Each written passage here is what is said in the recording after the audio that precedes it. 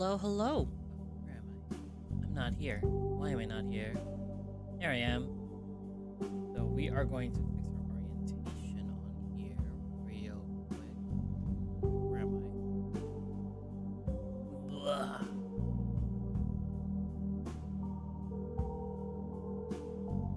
We don't block it fully. We'll be this tiny little bird on the corner. Just so you guys know we're here. But hello everybody. Welcome back to another visual novel. We are starting a visual novel recommended to me by Rez, who kindly added me in the post. It is called Cienie. I'm probably not pronouncing it right.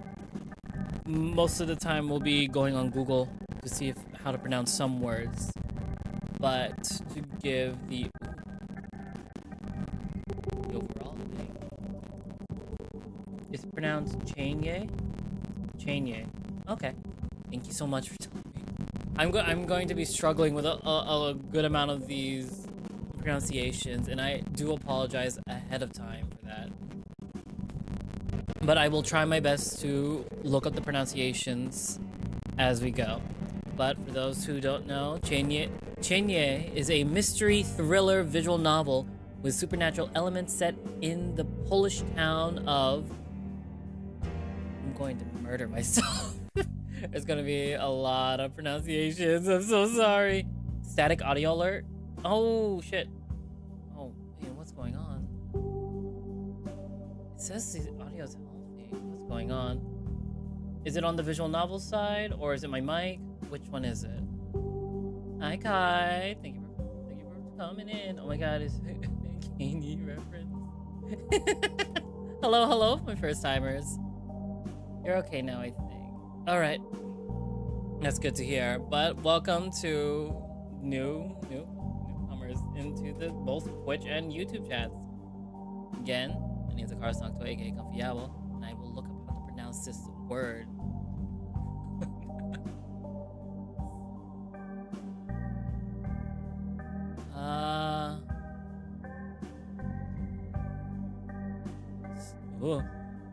Sipinievo? Sipinievo. I'm going to struggle a lot, I'm so sorry.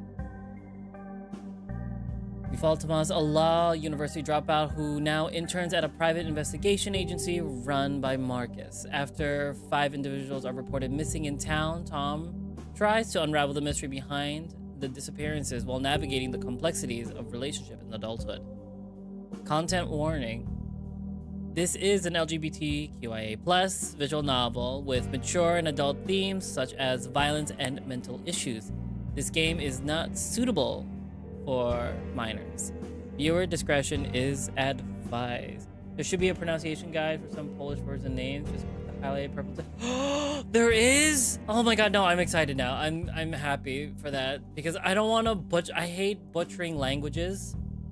I hate doing that because it feels wrong after like growing up and hearing people butcher some words in Tagalog or it's horrid. But yeah, for stuff to look at the credits, created and written by ArmoredStranger. But you're in my chat. I didn't. Oh no. Shit. Hi, one of the writers. Hello. Woo. Little nervous now that one of the writers are here. I'll try my best. I just noticed the images. Oh my God. Oh no. Stupade. It's okay. Just screw people's names up. To the creative and written by ArmoredStranger and BenBinturong. Meowstronaut as the editor. Artist includes Armored, Ben, Yesenpan, and Okarot. Programming done by Armored and Ben. Music by Ben. Ooh, I like the music so far. Music I just enjoyed saying hello. Excited to see new people. Read our VNs. I love to read new VNs so much. And thank you for the follow, Rover. I hope you stay comfy, cozy in this owl cottage. Hello. Again, we are visual novel streamer, as we do such. Contributors, Gabster, Ribbeey, the number 1, and it's Mirelo. But also, side note, no salamat po. In the YouTube description down below, we do put the names as in the credits, as well as a link to the visual novel for anyone who wants to play. So, without, I guess, further ado, we're gonna start. A classic detective investigation about a deceitful stay-at-home husband who's been cheating on his poor, hardworking wife has finally reached its conclusion.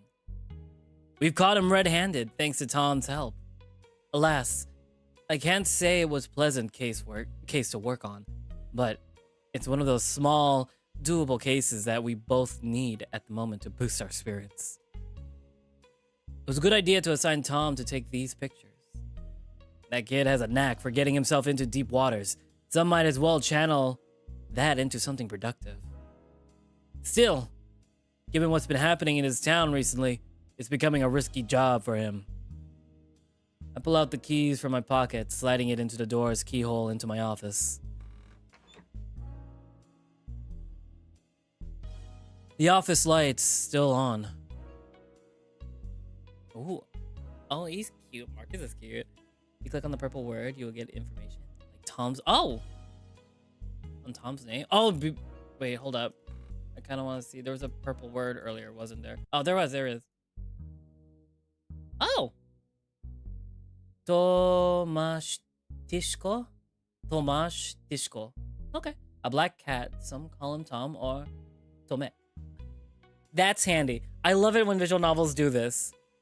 Like, I'm going to use chord progressions as an example because they also done this before, where they highlight words that give more detail to what the person is describing as well as links to things. I like it when visual novels do this. It helps so much. So much. I love it. You're going to hear that a lot. I'm going to say I love it with a lot of things that are happening. Because honestly, I love the like new formats. It's very interesting. Yes, Rez, this is the one that you tagged me in.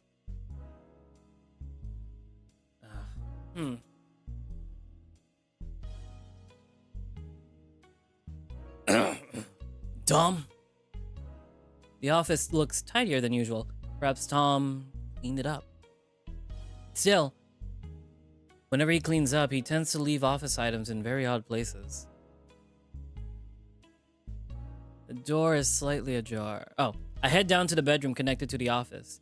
The door is slightly ajar. I wouldn't be surprised if he had stayed here overnight again. Well, it's not much of a bedroom per se. There are only some really old wooden shelves and a trusty couch where I usually sleep. I take off my jacket and toss it onto the couch. The room is in a perpetual mess, but that's fine, because I've made a mental map of where everything is supposed to be. For instance, these files that Tom was tasked with sorting out today. Even at a quick glance, I can tell that most recent ones are missing. Oh no. Tom has been spending a lot of time poring over those. Maybe they're in the office. Sitting me down behind the desk, I look through the pile to make sure the files aren't there.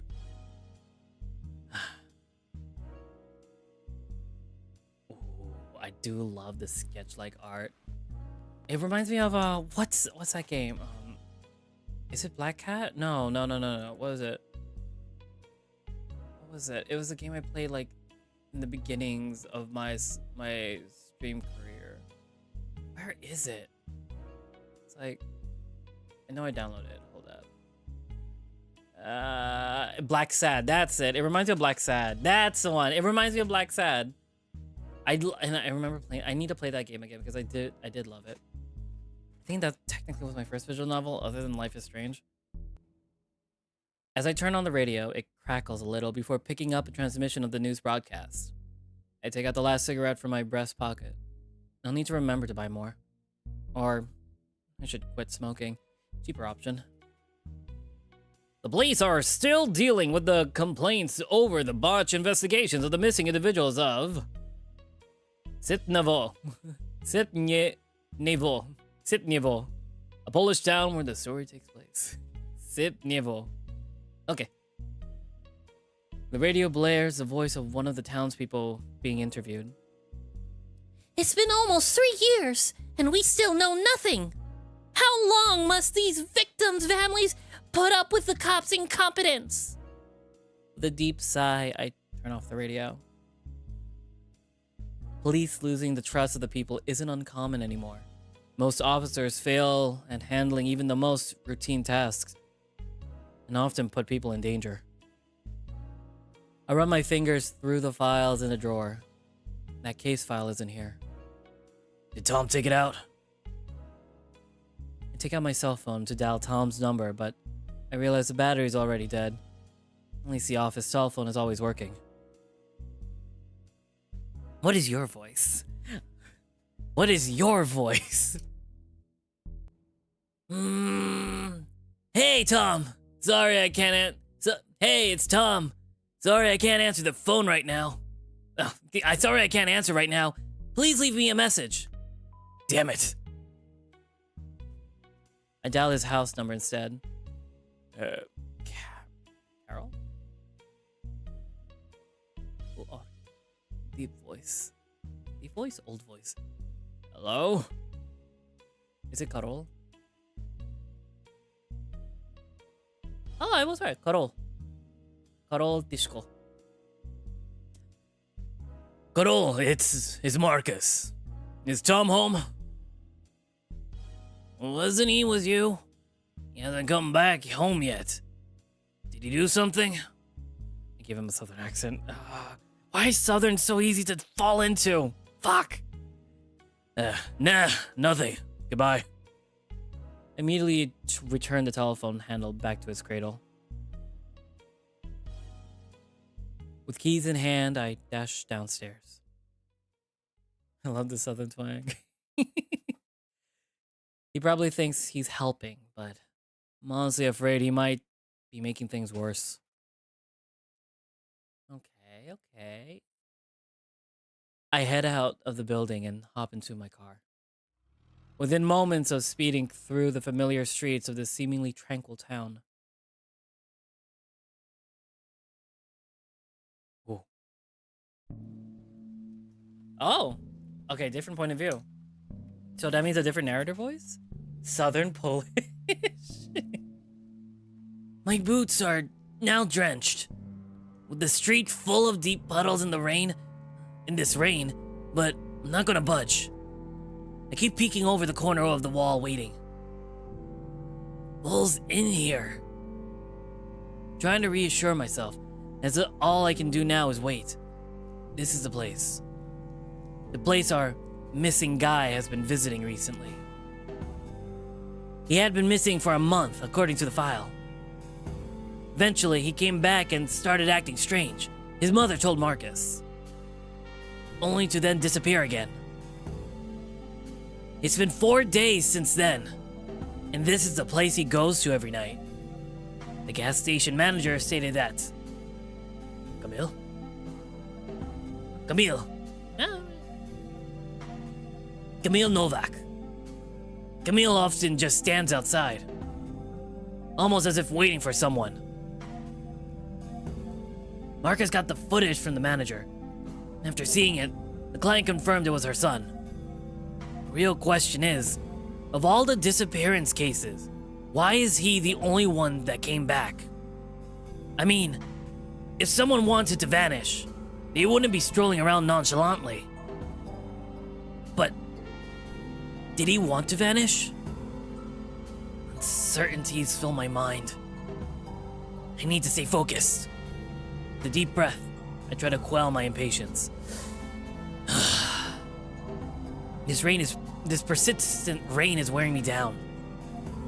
Tempting as it is to check the time on my phone, I know it's only heightened my frustration. My frigid and damp paws struggle to even hold the camera properly, and almost slips out of them. Ah, damn it! Just then, the wind chime sings. I rub the rainwater off my brows, trying to focus on the figure leaving the gas station. It's him. I spot his horns first, which match the ones in the picture. There aren't that many bulls living in this town. It's definitely him. I snap a picture just in case. Keeping a safe distance to avoid being spotted, I started following him. Even having done this before, I get nervous. The pitter-patter of rain thankfully muffles the sound of my footsteps. Although the tricky part is to avoid stepping in the puddles. The bull presents a towering figure, the street lights casting a huge shadow behind him. I shift between different hiding spots behind a lamppost, next to a row of flower pots, right behind an old bare tree. At this rate, I'm pretty much invisible. It's fun to think so, at least. At last, we arrived at the long stretch of road. The bull stops. I dash into a nearby alleyway. But he starts walking again, only to stop a couple of blocks down the street once more. And then again. Each time it seems like he has reached his destination, he instead lingers near some house before moving on. It's odd behavior for sure. Maybe this is what his mother meant. Or is he onto me? He seems to thoroughly examine each place, but for what purpose? Marcus was told that the bull doesn't have many acquaintances in town, or at least not ones he still keeps in touch with. Without knowing for sure, however, it could be reasonable to assume that the houses might belong to these old acquaintances. It's definitely a lead worth checking. I'll have to run by the address later. Ensuring both the bull and the building are captured in frame, I discreetly snap photos from different angles. One moment, because I just realized the sound volume is a little lower than the sound effects. I didn't know whether or not it was too loud or not for everyone. So we're gonna save that right there. Then, I back off into one of the alleyways, just as it appears that he's heading towards the bus stop. There's only one bus passing through here at this hour, with its final stop is in a nearby town. Is that where the bull is staying? I check my phone up for the time. 22:36. If I remember the schedule right, the bus should be here soon. Before I can get any more shots, a familiar-looking car gently cruises from the opposite side of the road, accompanied by a droning noise. The driver slowly rolls down his window, revealing the German Shepherd's disgruntled stare as I hide my camera. Get in! I simply smile back at him. Oops. Busted. I hurriedly approach Marcus's car, but not before taking a quick glance at the bus stop. The guy's already gone. The bus already there. I'm unsure if the bull did get on or not. Either way, the bus is now speeding off its next stop. Ooh, this is so good. Like I feel it. I'm on edge. I want to know. Also, I gotta give it to you guys. The backgrounds are nicely done. I love it when, I don't know, it feels like a nice change of pace from like other visual novels when they do like the blurred background of a mosaic version of a photograph. I do like the drawn out backgrounds a lot more. It gives a nice flavor to the visual novel. Wait. The mood is quiet, except for the occasional roar of the car engine when Marcus presses the pedal. The raindrops falling onto the window shield sound almost like the static noise you hear on TV. Marcus takes his sweet time before finally saying something with an exasperated sigh. You know, I thought we were supposed to be working together here. Not having anything to say to that, I give him another awkward smile. Ooh, based off the clothes, but they were edited heavily to make it more... more lived in place. Okay. Yeah, I see it. We discussed this already. I'm your boss. I doubt I can weasel myself out of this one. Hey, I'm sorry, alright? And just because I also happen to be your friend, that doesn't give you a pass to take my stuff without asking. Being fired right now wouldn't really surprise me. I know, you're right. To be honest, I was expecting some excuses. I can still come up with some. No need. You have them with you. You have them with you? The files? Yeah, in the bag. You didn't get them wet, did you? Marcus focuses on the road while holding his cigarette between his fingers. He occasionally puffs out a smoke. Nope. They're in a plastic cover. Alright. You can drop them on the back seat. I nod, shifting around the seatbelt as I retrieve the case files from my bag. I will use that to get a little wet.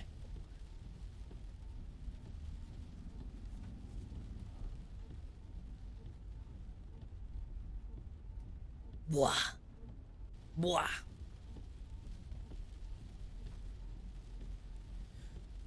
Following Marcus's request, I placed them in the back seat. What made you take them? You knew I was going to find out. There was a phone call from the gas station shortly after you left. The manager, I think, he couldn't reach you on your cell phone. Marcus reaches into his pocket, pulling out his phone. It's dead. Yeah. He said that Camille was there. So, did you learn anything useful? He's acting strange when I was following him, inspecting some random houses in the neighborhood. At first, I thought that maybe he was hiding in one of them. The German Shepherd fumbles around with one hand as he tries to plug his phone. His ears twitching to signal that he's still listening. But that wasn't the case. Instead, he was just snooping around. I took some pictures of him. I relay all my observations, mentioning the address of the places he was inspecting. Finally, I get to Camille, walking into the bus stop.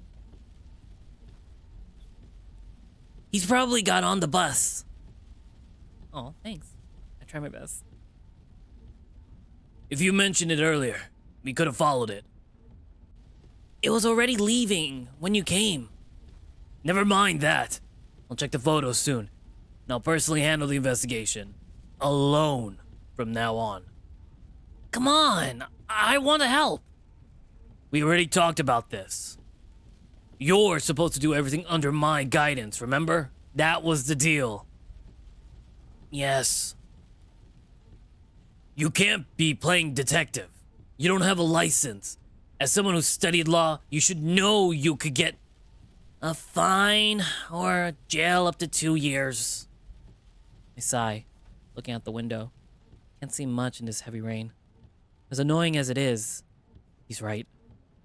Then you know I'm not doing this on purpose. You did good out there. Reckless, but good. Thanks. I rest my head against the window. But punishment must be handed out. You're gonna sort the files in the back room. Couldn't even get through one of those shelves.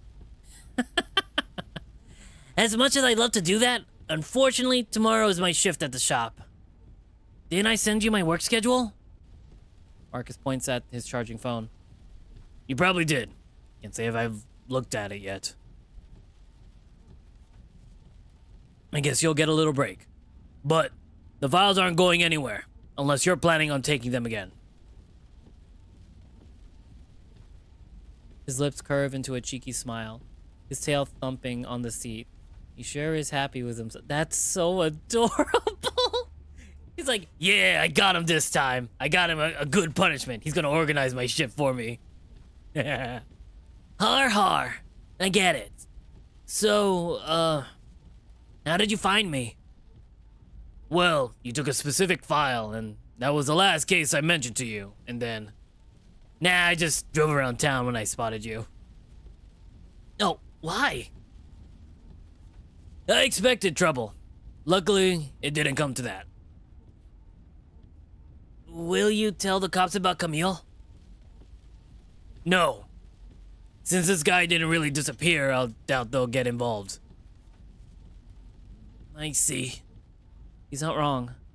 Cops barely involve themselves with anything here, with the constant excuse that they're spread too thin.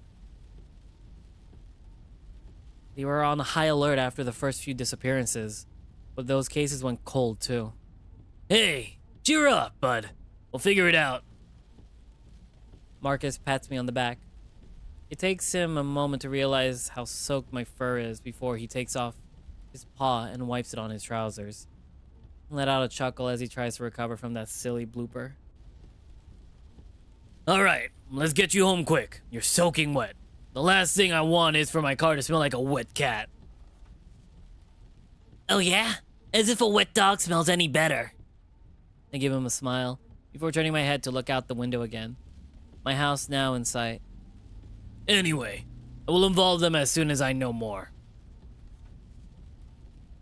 Alright. As we stop at the front, Marcus suddenly grabs my wrist firmly, almost as if trying to pull me back into the car. Before you go, after the last time, has he? Not since you broke his nose. Alright, good. Just checking. I nod at him as I exit the car, leaving my camera bag on the seat. Don't worry about the camera. I'll transfer the photos and return to you later. Oh no, wet animal smells discourse. Ugh. That's fine. See you around, boss. As the rain finally subsides, I stand there and wave at him. I guess when it comes to detectiving, I'm going to be stuck behind a desk. You gotta get your license, buddy. You got your studies right. You just need to get that license, and then you're good as good. You're good as rain. You're nice as rain. You get it. As I step inside, a familiar scent greets me, but it's not exactly the fragrance I long for. The air is thick with the putrid stench of alcohol, hanging heavily in every corner of the house. I lock the front door. The TV's still on, broadcasting live football match. It's the World Cup qualifiers, Poland versus Kazakhstan. I briefly wonder who'll win, but I'm not about to stay to find out. Dad, an oversized and lethargic old cat, is passed out on the couch in front of the TV.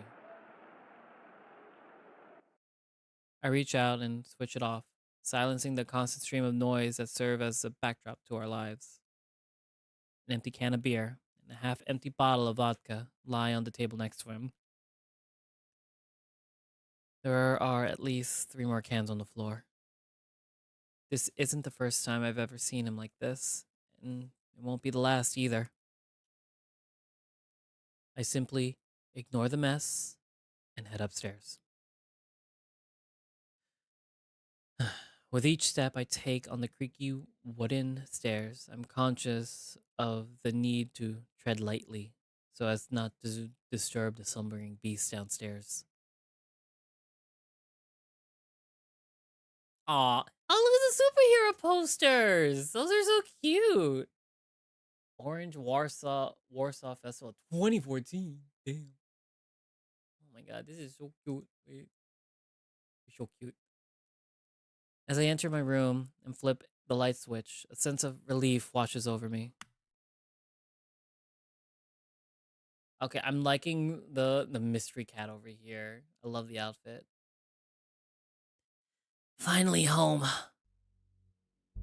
This room is the only place in the house where I have any semblance of normalcy. Superfang? Is that another visual novel? My desk is stacked and full of comics, newspaper cutouts, and notes. Oh, Supernova. Adding that to the list of things to play. And cutouts and notes. A bottle of my meds is next to the stationery. Forgot to take them today. That was stupid of me. I take the pill and swallow it quickly while stashing the bottle into the drawer. And now I look at the YouTube screen and say, if you're watching this VOD, take your medication. I know you haven't taken it yet. Go take it now. This is a sign. Take your medication right now. Not today, demons. I should probably charge my phone. I give myself a pat down, and that's when I realize my phone's missing. Shit. Where is it? Maybe I left it somewhere? I rummaged through my pockets one last time, finding nothing. I probably put it in my camera bag, meaning Marcus has it. Whatever, it's fine. I can wake up without an alarm. No problem.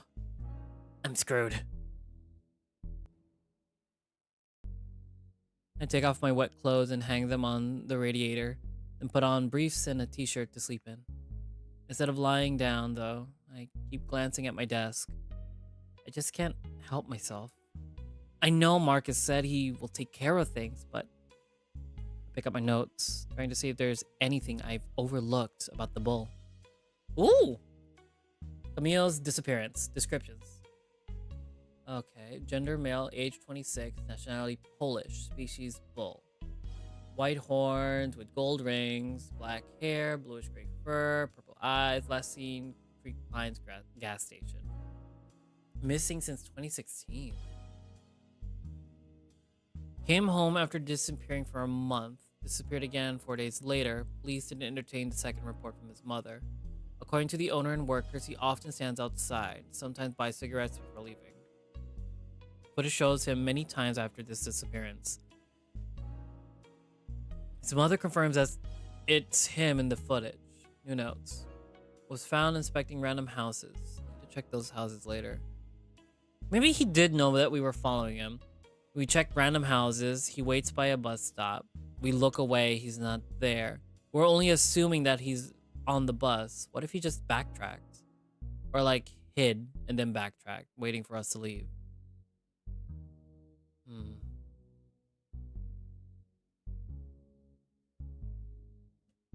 Camille's mother told Marcus that they were really close and that he was unhappy, but he always talked about it with her. He struggled to find a job and it weighed on him. His mother supported him regardless. Camille started leaving the house at weird hours, coming back the next day or really late at night. Then she received a phone call. He said, "I'm sorry," following which he disappeared. Now, a month later, he's back waiting for someone or something at the gas station and inspecting some houses. Definitely sounds like he got mixed up in something shady. Maybe he was or is associated with some dangerous group of people. That would make sense, considering the phone call Ms. Novak received. Maybe he wanted out and they didn't want to let him leave. If that's the case, it would mean that houses are what? A target for something? Now that I know which places he was observing, it might be easier to learn something. I write down the address of the houses he inspected. A quick yawn escapes me. I scribble on the paper. I should be in bed. My other work starts early in the morning. Gathering the scattered notes on my desk, I stack them into a neat pile, then I flop into bed. Lying there, I realize, I still need to turn off the lights. the bed is so comfy though. Uh, I groan into my pillow, trying to gather all the strength I have left to get up and turn it off. Before I can do so, a noise makes me jump. It sounded like it came from the corridor. I look to my door, expecting Dad to enter. And he doesn't. I get up from my bed, opening the door and glancing into the dark hallway. Seeing nothing, I shuffle back into my room and lock the door. What the fuck is that? I have no idea why I did that, but it does make me feel a bit safer. I turn the lights off and slip back into my bed. Honestly, once a bed gets too comfy, like, You gotta either just sleep with the lights on or struggle out of bed to turn the lights off. It's either or, nothing in between.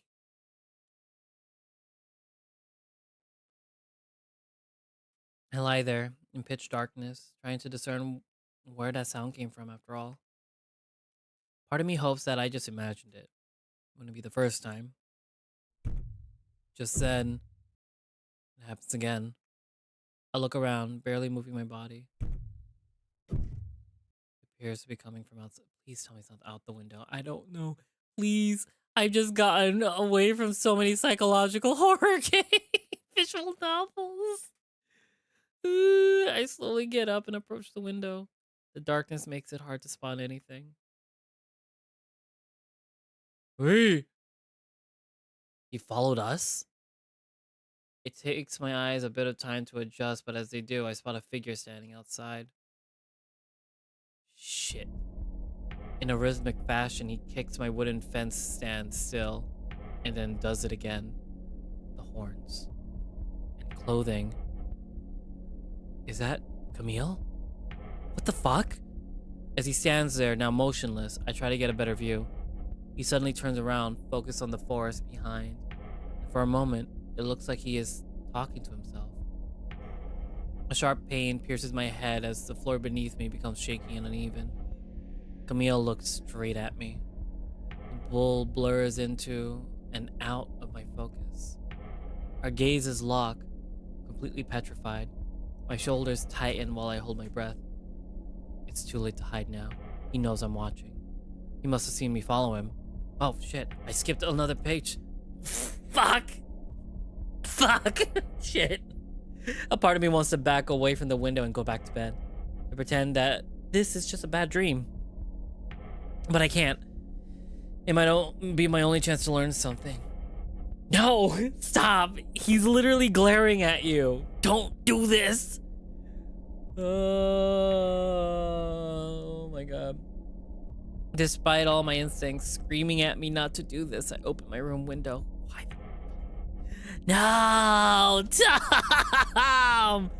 I get you're a cat, but you don't have 9 lives here. We stare at each other in silence for what feels like an eternity. In the end, I lose the staring contest and decide to speak up.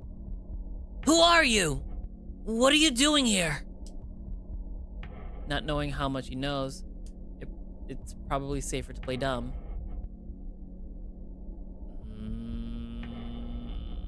They're Polish. My immediate Russian accent is the only thing I have in my repertoire to differentiate another voice, but I feel like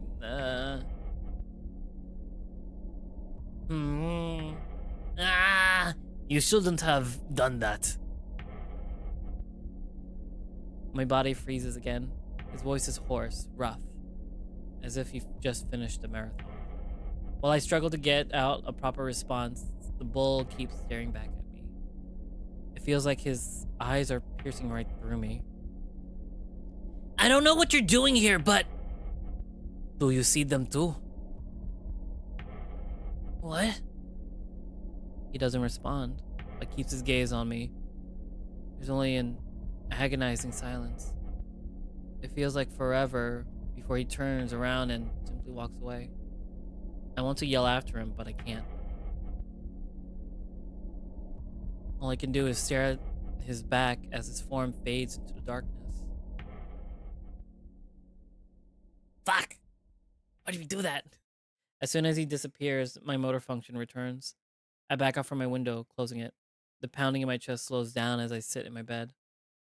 The fuck was that? There's something seriously wrong with that guy. That sounded like a Japanese person speaking English voice lines. I'm sorry. I should call Marcus. Right, my phone is gone. With a deep breath, I lie down, facing the window. As if I'm expecting him to be out there again. One question lingers on my mind. He obviously saw me follow him, but how did he find me? Trying to think of every possibility, my mind begins to spiral. He didn't follow us. That would be impossible, right? Then, does that mean he already knew where I live? And if so, does that mean he knows something about Marcus and me?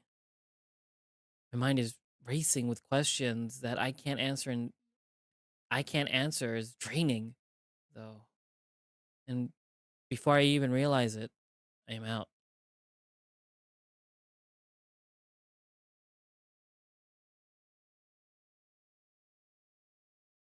You totally dub a Japanese character, though. But I'm not Japanese. I feel like that would be wrong to dub a Japanese character. I wake up to a sharp, almost blinding light coming from my window. I wish what happened yesterday had just been a dream at this point. Sadly, it wasn't.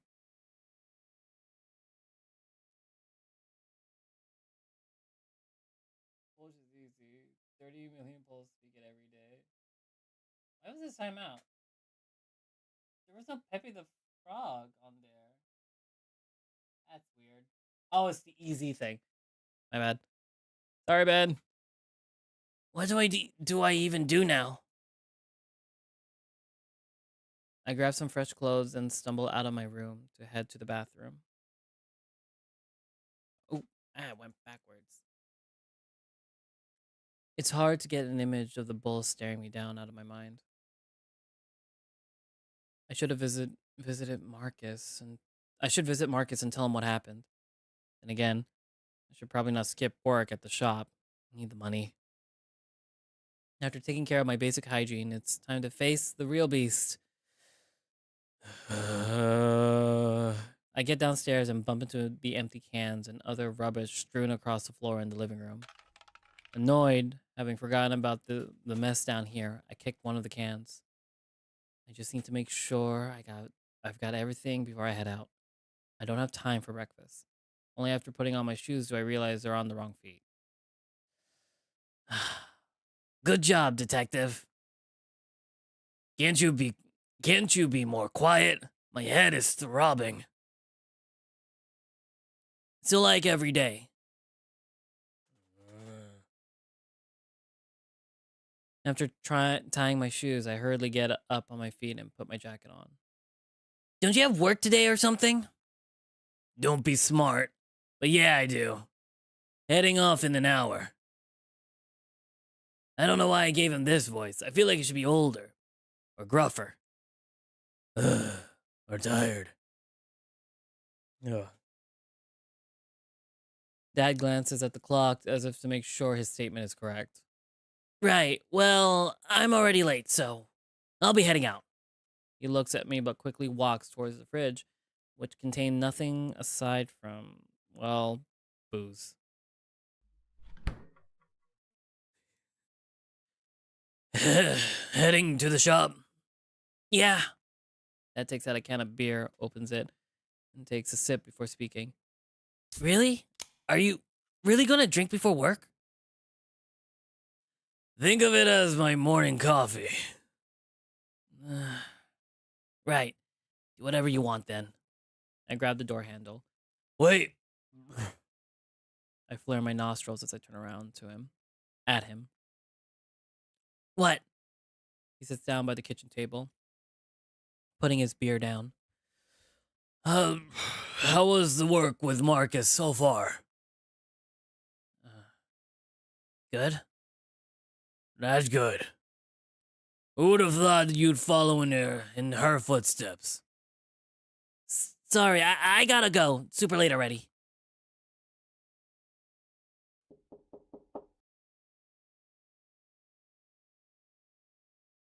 The knock on the door catches me off guard. The first thought that hits my mind is that the bull is outside my door. Aren't you gonna open it? I look at him, then back at the door, before swinging it open. A familiar German shepherd greets me. Hey there, bud. You left your phone in the camera bag. He pulls it out of his pocket and waves it in front of me.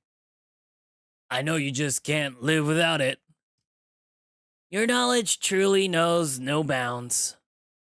I snatch my phone away from his paw. But thanks. Indeed, you saved my hide. Oh, right. Well, your phone was in my possession, and I called twice. I ignored the first for privacy reasons. But when she called you the second time shortly after, I picked up. She said you're on your own for a few days, since she is off with her girlfriend. Shit. It's this week? Forgot about that. Right, yeah. The Occult Fest or something? She mentioned it before. I could only groan at the news. Of course, she goes on break on a Monday. Well, whatever happens, I'm sure you'll do just fine. Oh, his tail is wagging in the back. It's just like, what just popped up? That's so cute. Dad approaches us, locking eyes with Marcus in the stare down. Marcus?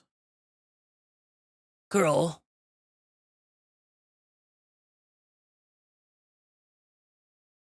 Marcus and Dad have been friends once. Not anymore. This is the last thing I need right now. It's too early for this. Oh, what were you two talking about?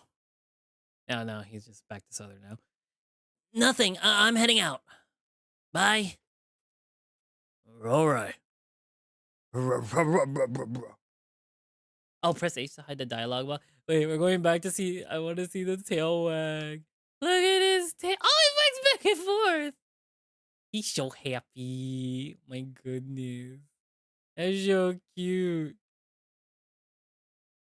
Oh my god. I shut the door behind me and shoved Marcus forward. I noticed him giving a concerned look. I let him go and keep walking farther and farther from the house. Not to pry, bud, but what was that about? What do you mean? You basically shoved me out the door. Marcus puts his hands on my shoulder, stopping me, and looks towards the house. Did he do anything? No, oh no, not at all. You sure? Well, it's just... Marcus has probably noticed a hesitant cadence in my speech by now. His canine ears are perked up like satellite dishes. I'm having a hard time talking to him. I would say that's normal after what happened. Marcus leans forward, his brows furrowed in genuine concern. I stare back into my reflection in his ocean blue eye. Oh, I want to give him head pats and or a kiss on the forehead. He looks so cute. A deep sigh escapes me. I can't say no to those puppy dog eyes. It's nothing, really. It just feels like whenever we had as a family is gone with Mom. Akaros, what color are your eyes? My eyes are space. It is a galaxy in my eyes. Stars and the nuts. But I'm not gonna mention that to him. Your father's a stubborn man. I doubt he wants to openly talk about what happened. What happened, though?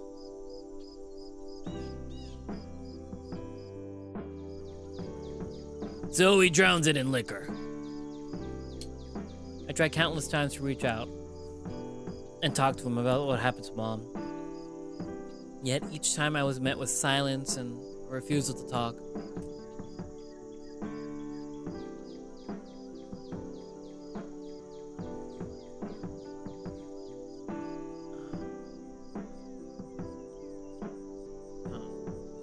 What happened?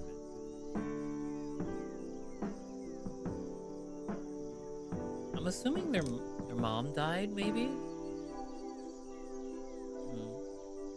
Well, the rumor is still going around too. Do you believe what people are saying? I know he'd never hurt her. Oh. Listening to the neighbors gossip about whether he might have done something to my mom was hard enough. People have already made up their mind about who my father really is. Even though they have it all wrong. So does the police. They found nothing on him. The police aren't going to act on some rumors. Never mind. To be honest, they don't act much at all. That's true. Anyway, sorry. I don't want to be a bother. I don't want to bother you with my problems today. Not a worry. If you ever need to talk, I'm all ears. Like you always are. Oh my god. Look at this happy boyo. My goodness. He's so happy. My god. Oh, let me just... He rigged his ears. His rigid ears suddenly dropped down. Okay, now that just looks like you're not even paying attention. Marcus lets out a chuckle, bringing a tiny smile to my face. Then I remember one important thing I've yet to mention to Marcus.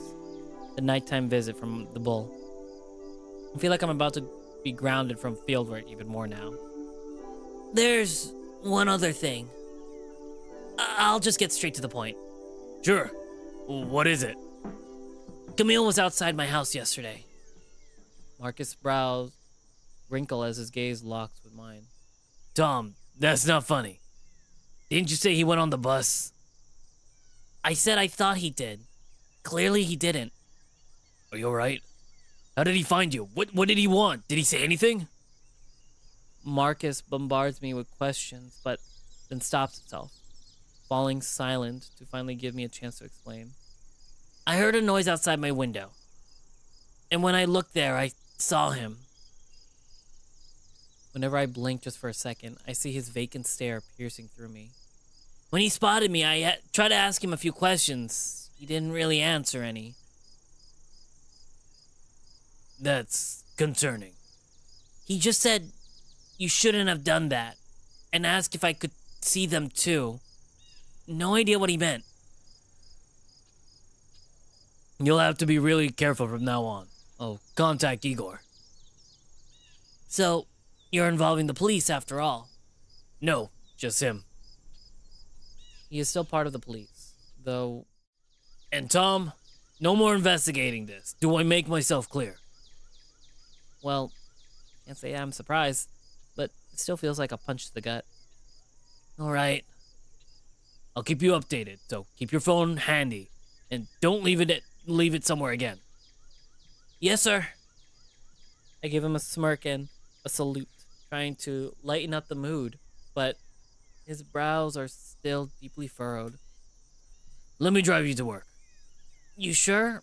That's pretty far from your place. Let me guess. He's gonna investigate it, and it's gonna backfire. Tell Marcus he said you see them too. At least with this main, I don't know who there. I feel like there's no main character, just point of views.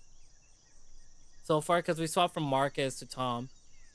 But I'm just glad these characters have the audacity to tell their friends everything, to tell their boss everything that happened. Unlike some main characters in a couple of visual novels before that just don't tell anyone anything. Crying. It's fine. A 5-minute drive won't kill me. Soul Creek slander. I didn't say it. I didn't say which visual novel. I didn't say it. They're both very good writing. It's just like, my god, the main character is so dumb sometimes.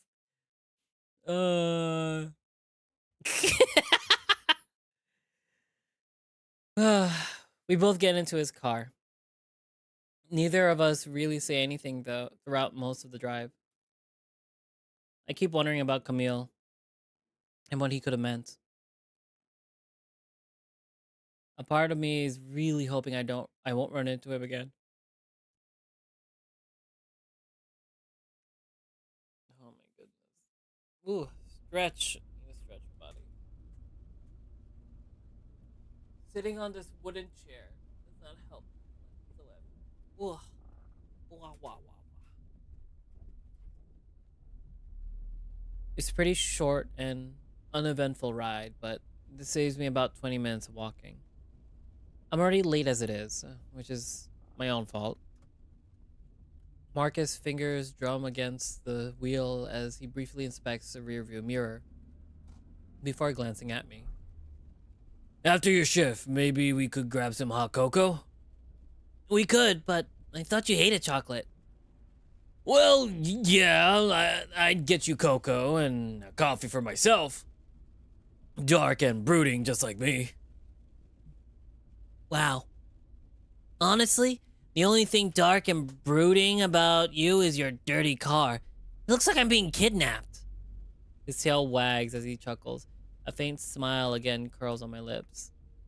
On approach to the shop, I take the key out from my pocket as Marcus stops the car. Thanks for the ride. Don't mention it. I'll see you around. And Tom, be careful. We don't know if Camille's gonna try to do something. All right. I'll try my best. I open the car door and head out. Looking around, I don't spot anyone waiting. Good. No customers yet. I head to the back and pause.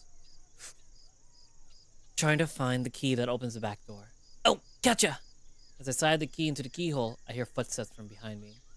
A short, old fox is approaching, leaning on a cane and wrapped in thick winter clothing, despite the mild autumn weather. It took you long enough, boy. I've been waiting here for an hour. I quickly glance at the phone. Surprised. There's no way I'm that late. It's now 8:20. Sorry that you've been waiting for that long, but we normally open at 8. Well, I waited long enough, and don't you think? My old bones can't handle this cold. It's only 18 degrees. At this point, I'd rather be dealing with Camille. I turn back to the door, give the key the final twist, and head inside. Please wait in front. This is the back entrance. Workers only. Now I'll have to wait even. I lock the door in her face. Can't hear her muttering something to herself. Cranberries. I want cranberries. I hate customer service jobs. Then again, who doesn't? Oh my god. Yeah, the best part of having a Canadian boyfriend is I also have to use Celsius instead of Fahrenheit. I'm getting there, but like, damn. The conversion. Ooh. I hate customer service jobs. But then again, who doesn't? Having put my bag down on the table, I head to the storeroom. There are a ton of items for me to unpack and shelve. It's gonna be a busy day. Bum, bum, bum, bum, bum, bum, bum, ba-dum, bum, bum, bum, bum, bum, ba-dum, bum, bum, bum, bum, bum, ba-dum, bum, bum, bum, bum, bum, ba-dum, bum, bum, bum, bum, bum, ba-dum, bum, bum, bum, bum, bum, ba-dum, bum, bum, bum, bum, bum, ba-dum, bum, bum, ba-da-da-da-da-da. Da-na-na, da-na-na, da-da-na-na, da-da-da-da-da. Bum, bum, bum, ba-na-na, bum, boom, ba-na-na, da. Ba-na-na-na-na. Ba-na-na-na-na. Oh, sorry, guys. I started vibing. I can see the old woman through the glass. Her face almost pressed against it. Give me my food. She really can't wait to get in, can she? It almost feels scarier than what I experienced yesterday. I flip the close sign to open, then open the door. I try to give the old lady a smile. She just turns her head in the other direction and disappears between the shelves. She clearly likes me. It's definitely my natural charm working its wonders. I walk through the shop, checking which aisles need to be restocked. When I glance towards the cash register, a couple minutes later, the old woman is standing there, tapping her fingers on the counter impatiently. I rush back. Good, you're here. Can you tell me the price of this milk? Of this milk is much higher than that one. They're both from the same brand. I give her a confused look. One is low fat, and the other one, the more expensive one, is full of cream. I think it's like 20 grosha more, ma'am? Grosha? Did I pronounce that right? Grosha. Shua. Shua? Shua. Shha. Yeah, grosha. I'll take the cheaper one. And do you have today's Gazeta Polska? Sorry. Do you have today's Gazeta Polska? We don't sell it here. What? Why not? My boss doesn't like propaganda, I'm afraid. Ah, nonsense. Do you have any other respectable newspapers? If by respectable she means right-wing shit, then she's in for a surprise. Let me check in the back. The woman's gaze shifts to the room and then back to me, her expression growing more annoyed. Please be quick. Of course. I gotta get back to my comics. I heard Batman was in this Garfield one. It's my own fault for being late. So maybe she has the right to be a little angry? Then again, people like her are here all the time, regardless whether I'm early or late. As I shift some boxes around, I find a note. A note from Aliashva? Jose. Oh, Aliash. Aliash.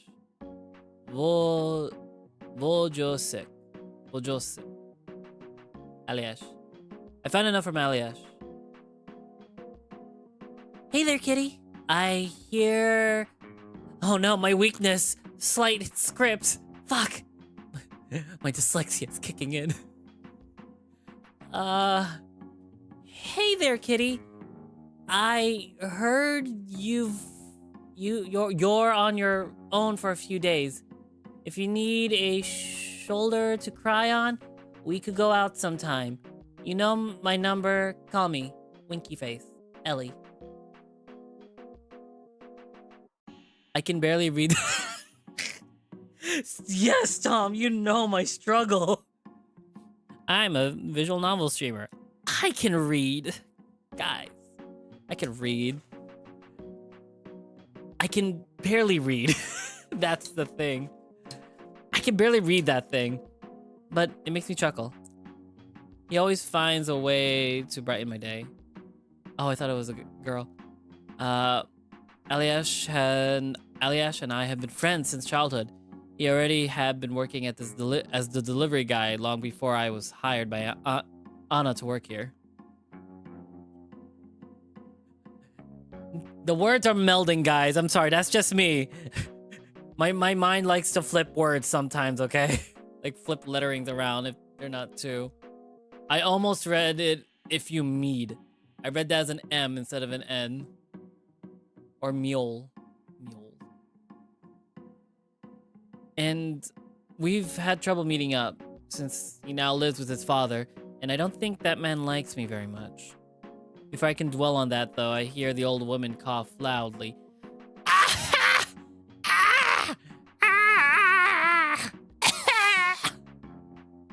That's how she coughed, guys. That is the sound of how she coughed. I eventually find the stack of today's newspapers. I place them next to the cash register. Here you go, ma'am. She glances at what I brought with disgust, tossing some of the newspapers to the side as she looks through the pile. Nothing good. I guess I'll take the Super Express. Oh, okay. Oh, there is a... Oh, yeah. Wait, hold up. I thought I saw it. I thought I said... Oh, wait, no. I transferred to the... That's why I couldn't read it. This is my new computer because I transferred every file into the new one. So I guess I didn't save it. There we go. I can read. All right. Here you go, ma'am. Thank you. She nods at me and pulls out her wallet while I include the price of the newspaper in the total. That'll be... Oh, shit. Zolta? That'll be 15 zlota and 59 groszy. Grosza. That'll be 15. Sorry. That'll be 15 zlota and 59 groszy. Grosza. There we go. I did it. She just hands me the exact amount, as if she already counted how much it cost beforehand. Not that I complain, because it makes my job easier. Thank you for your purchase. Have a nice day. She nods without saying anything and heads out the door. Finally, alone and in peace. Time to take care of some unpacking business. There are plenty of items on the shelves that need to be restocked. Everyday household items like soaps, shampoos, paper towels, and stationaries. Bye, lady. Boomer. My goodness. And then, tucked away in the corner of the storeroom, a peculiar box filled with an array of bizarre-looking trinkets. I'm pretty sure that's for Anna's curio section. I look at the door to the part of the shop. It's always funny to me that she sets it here, of all places.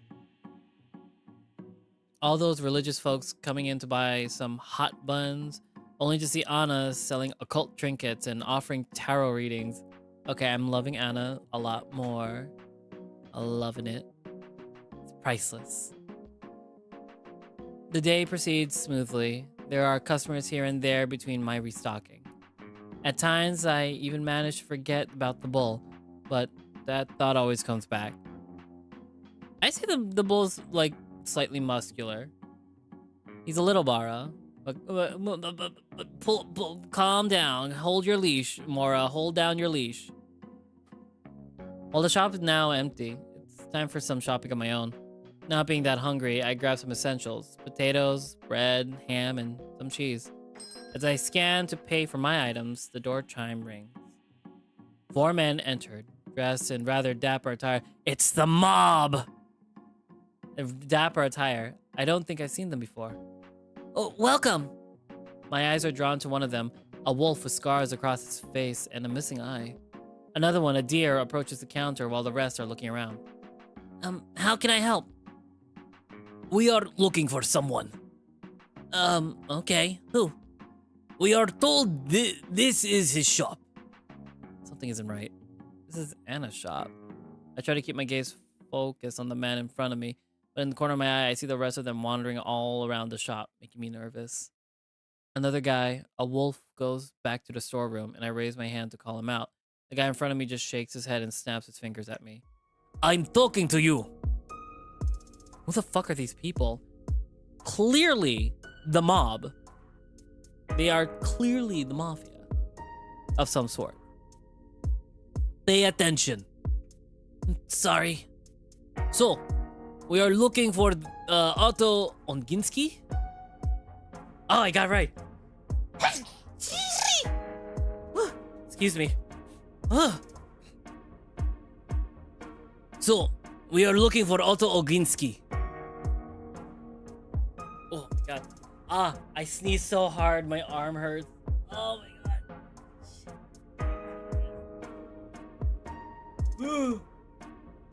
Thank you.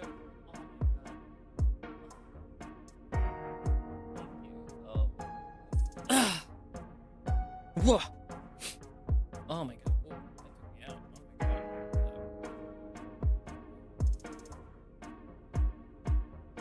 So, we are looking for Otto Oginski. Why'd you sneeze like one of those angry birds? Pikachu? Hush. Oh, they're looking for Otto, Anna's brother? You seen him? Despite their fancy appearance, they emanate a really ominous vibe. I need to decide how to handle it. I have no idea who these people are. He doesn't work here today. Hey, what are you gawking at? Answer the question. The wolf approaches the deer, laying his hand on the deer's shoulder. Oh, fuck. Huh?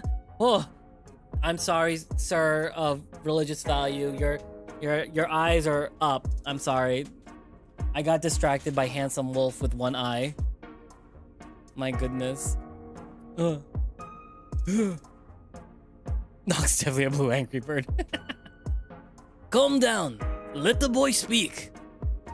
I'm out of time. They look like they can fuck me up so hard if I lie. But also, the owner of the store, his brother, is on the line here. What the fuck do I say? And we'll figure that out after the break. We are going to take a 15-minute break to refill on our drinks and stretch and use the bathroom. In the meantime, everyone, stay cozy. Or stand up, stretch, and get some water yourself. We'll be right back in, I would say, shouldn't be that long, 10 minutes. Cliffhanger. We'll be right back, guys. Hoot to the hoot. Beerby.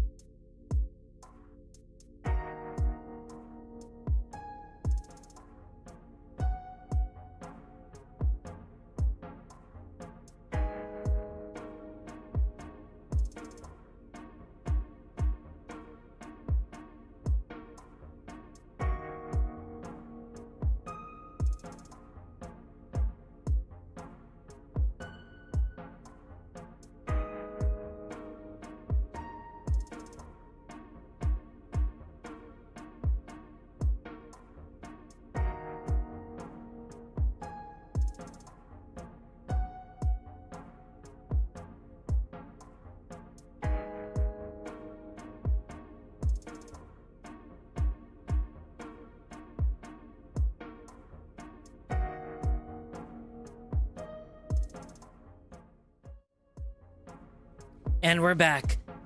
Hello. Hello, hello, hello, hello, everyone. I hope you had a wonderful break. I hope you hydrated. I'm looking at the camera. I hope you took your medication when I said earlier. I know you have some medication that you forgot to do today. Make sure you do them. But yes. Anyway, to continue where we last left off. Gotta make up a choice. I don't know Otto that very well. All I know is that they're the owner's brother. We are a detective. Would we lie to this handsome, very rugged-looking wolf who my brain immediately shipped with Marcus for some odd reason other than that they probably would look cute together? Or all three of them. That's just on me. That's where my furry mind wanders. But anyway, that's neither here nor there. So I got my drink. I got more coffee because I'm going to be up all night today. Chat, who doesn't know the true Marcus? There's a true Marcus ship? Oh my god, thank you. But like, there's a true Marcus ship? I'm not the only one who shipped him like that. I do like the idea. Like, I don't know. How old is Tom, if I may ask? Question is, do you want to stay alive? Oh, God, you're putting a lot of pressure now. It's not canon, but it makes sense. How old is Tom, if I may ask? Is there a wiki I could look up? But since the creator's here, the writer-creator, how old are they, if I may ask, before I do any shipping of the like? I know he's in college because he's taking a law degree. So like, I know they're of dating age. Just want to make sure before I start shipping anyone without realizing they're just a big buff dude that's age 15 for some reason. Ugh. The question, do I want to stay alive? Tom's 28. Oh, thank God. He's only a year younger than me. Jesus. Love it. Okay, let's see. Do I want to lie? Do I know how long I've been dating this man? I mean, not dating. Ooh, how long have I known this? Look at the. I do want to live. But they're mafia, and I feel like I shouldn't lie to them. This is late 20s. Nah, 28 is a good age. I love it. Fuck. You know what?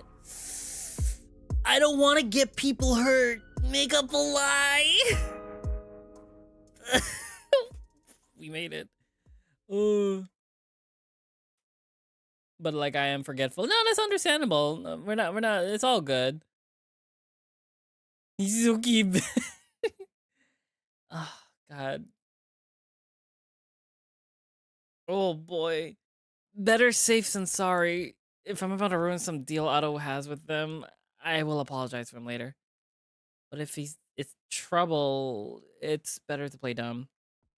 And that's something I'm good at. I just have to make sure I don't overdo it. I smile wide and stretch my arms behind my back. Who? Nah, bro, like, I barely know anyone here. I feel his icy gaze lock on me as I speak. Fuck. Oh my god. Some bear chick hired me like a few days ago to cover for her. Come on, buy the act.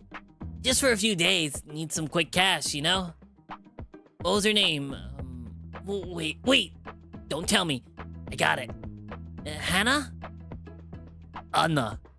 Yeah, that one! Met her at a party, she's cool. But you're not looking for Hannah, right?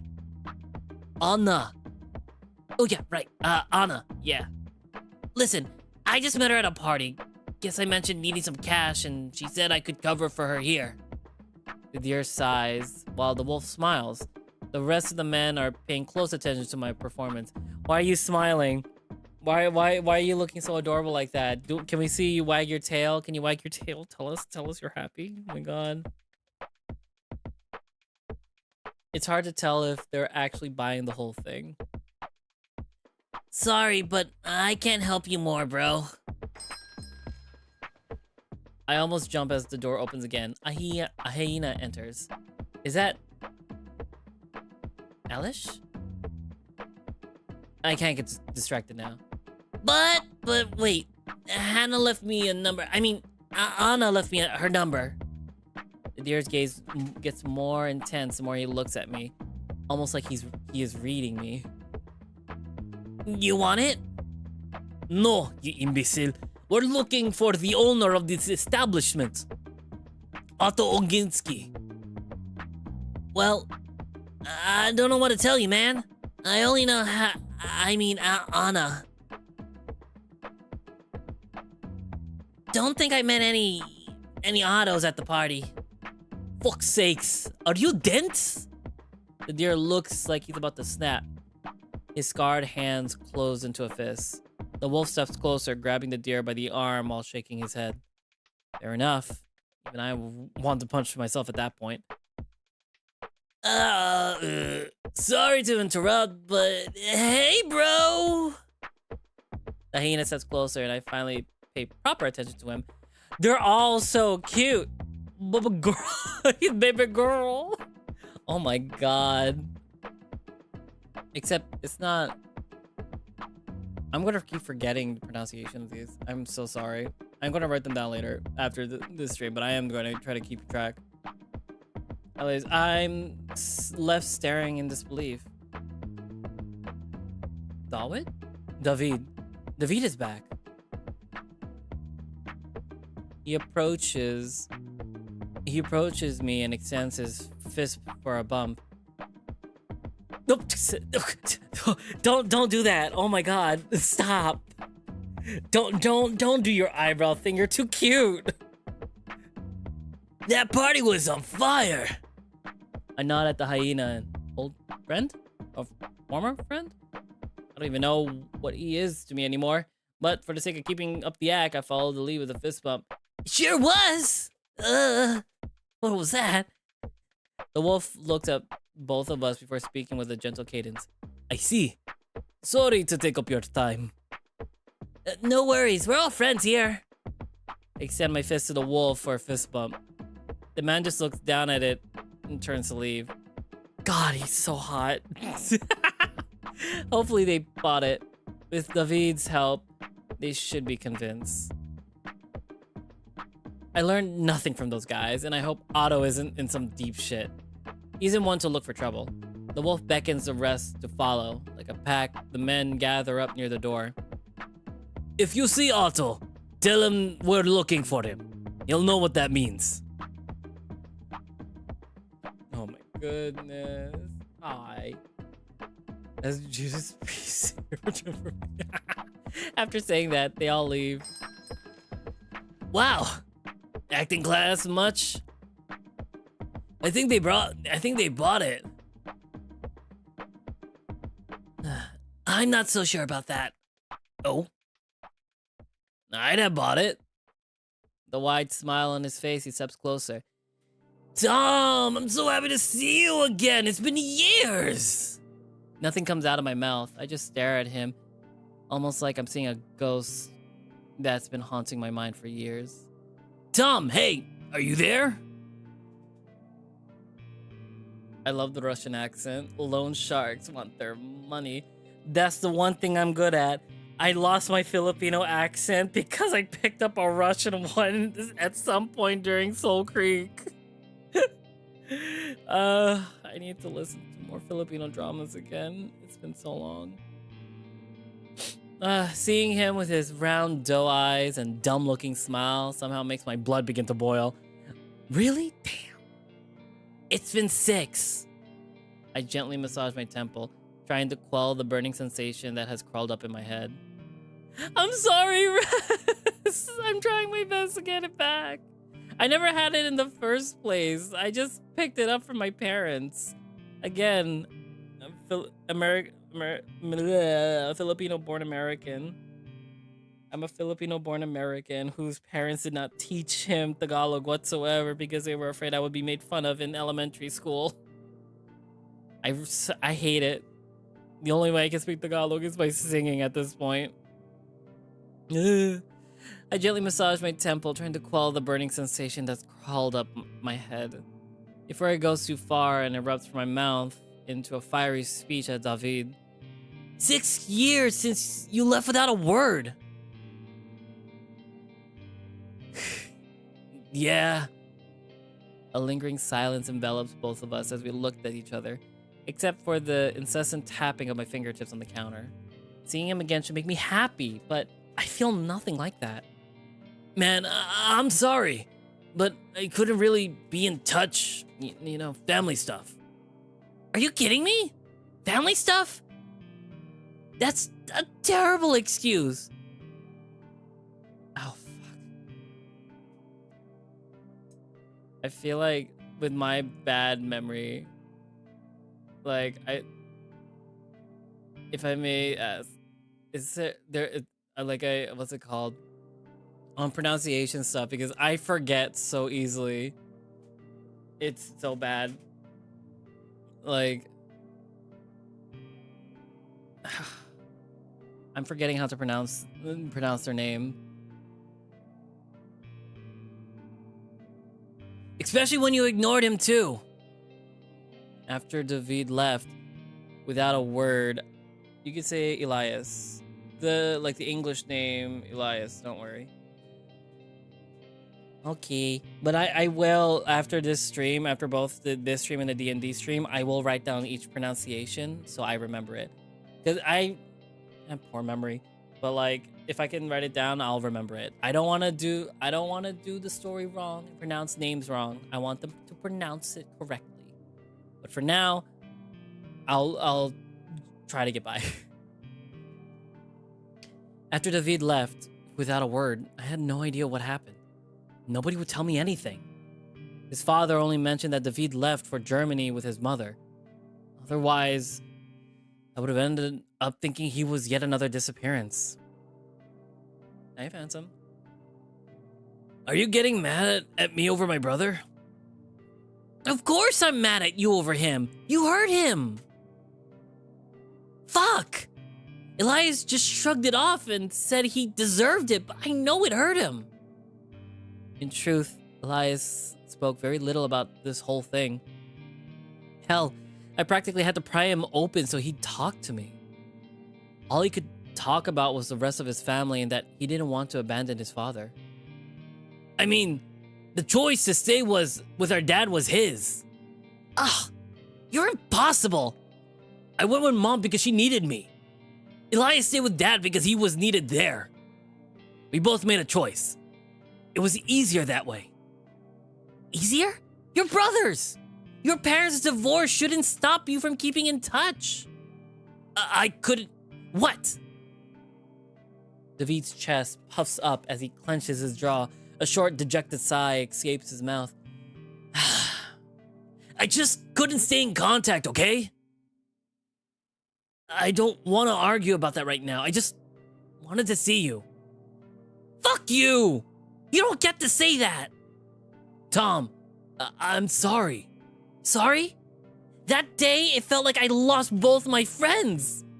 You were just gone. And Elias changed. He was cold, distant. Anna and Otto were still here, but it wasn't the same. After I left for uni, things just moved on. I didn't hear from either of you. How do you think that felt? It probably won't count much, but I'm really sorry. But I'm back now. Can I ask you something? Sure. Why are you here?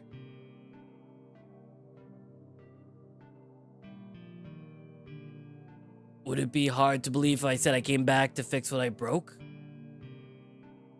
And win my friends back? What if your friends moved on and didn't need you anymore? Guess I'll keep trying to regain their trust. I stared deep into his eyes to sense any hint of deception. They say the eyes never lie, but David has always been good at lying. What about Elias? Was he happy to see you?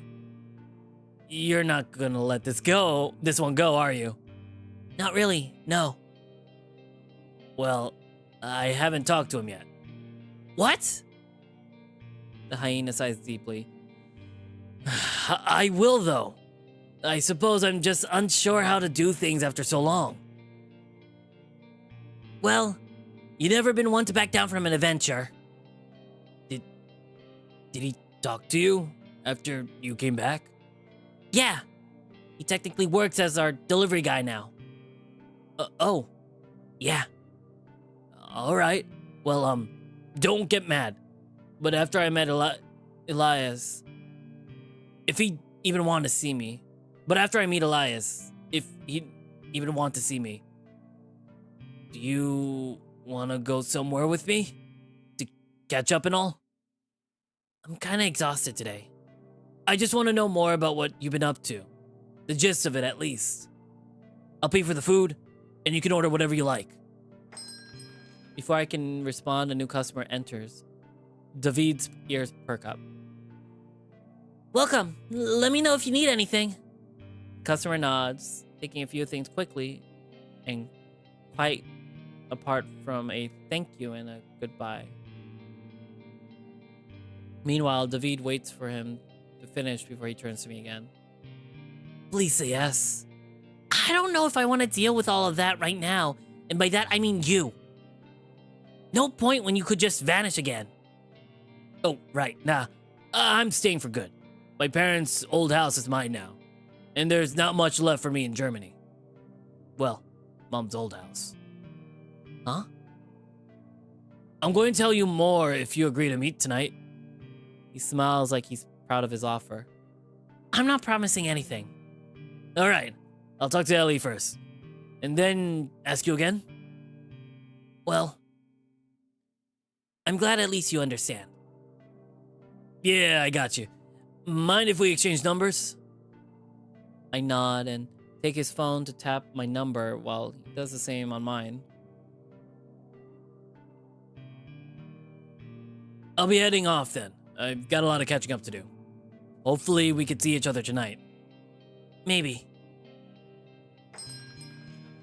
David just smiles and gives me 2 finger guns followed by some pew pew sounds after he leaves.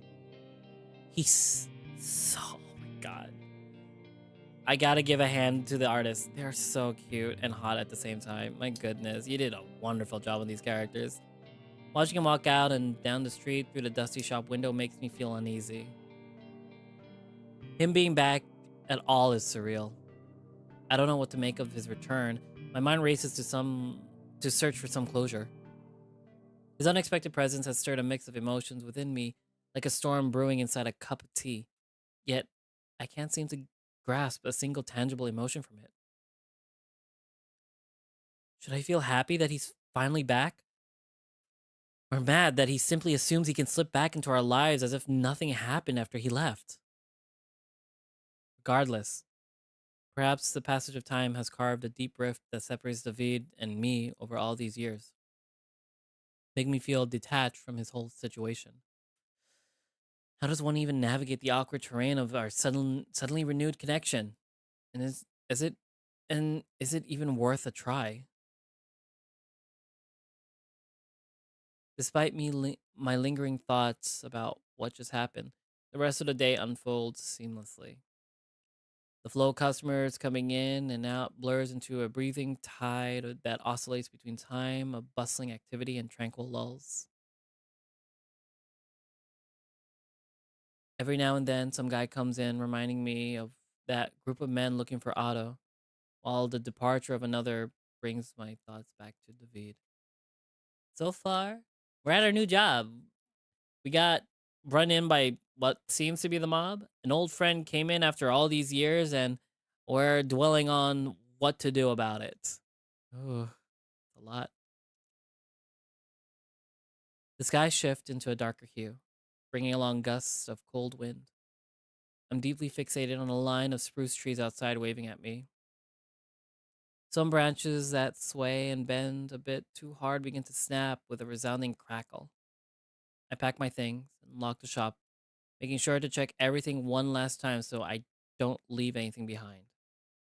I look up at the rolling mass of gray clouds looming overhead. The wind is now tugging at loose leaves and tussling my fur.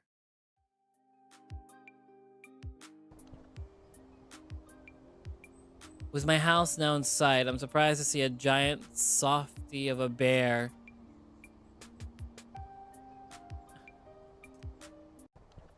Thank you for the treat. I will sip my coffee.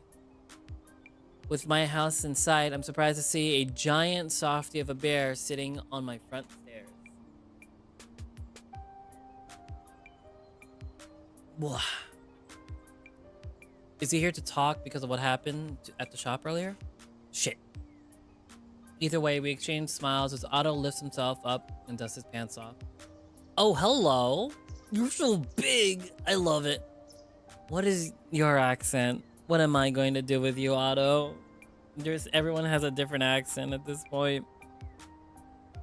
Hey, Tom. Yeah, it's gonna be that. He extends his paw for a handshake.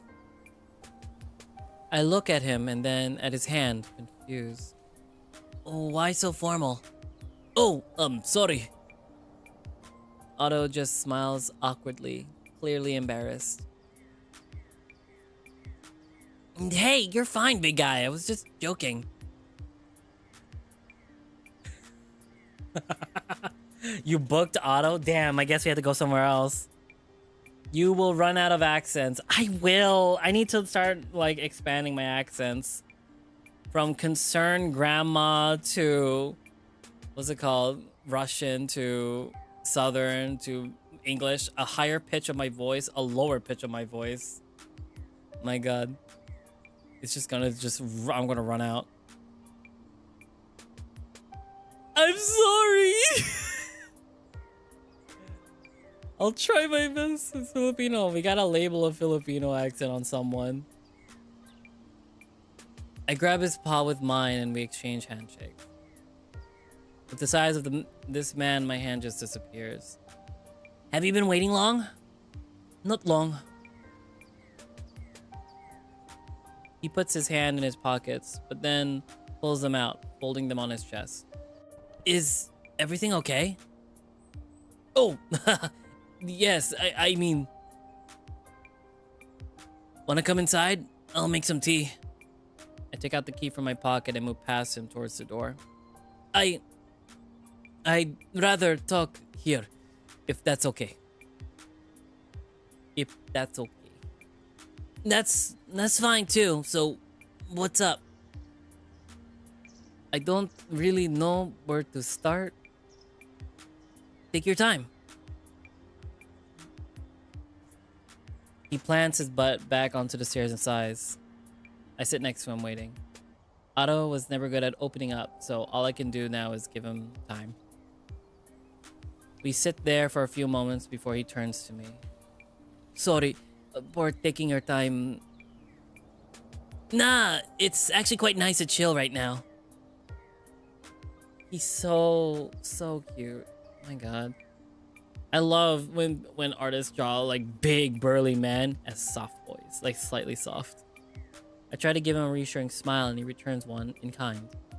It's just, I was wondering. Yeah? Since Anna's gone, I thought maybe you'd wanna come visit my parents with me tomorrow? It's peeking out. It's coming back. The accent's coming back. Oh, are we dating? Are we dating this guy? Is he our boyfriend?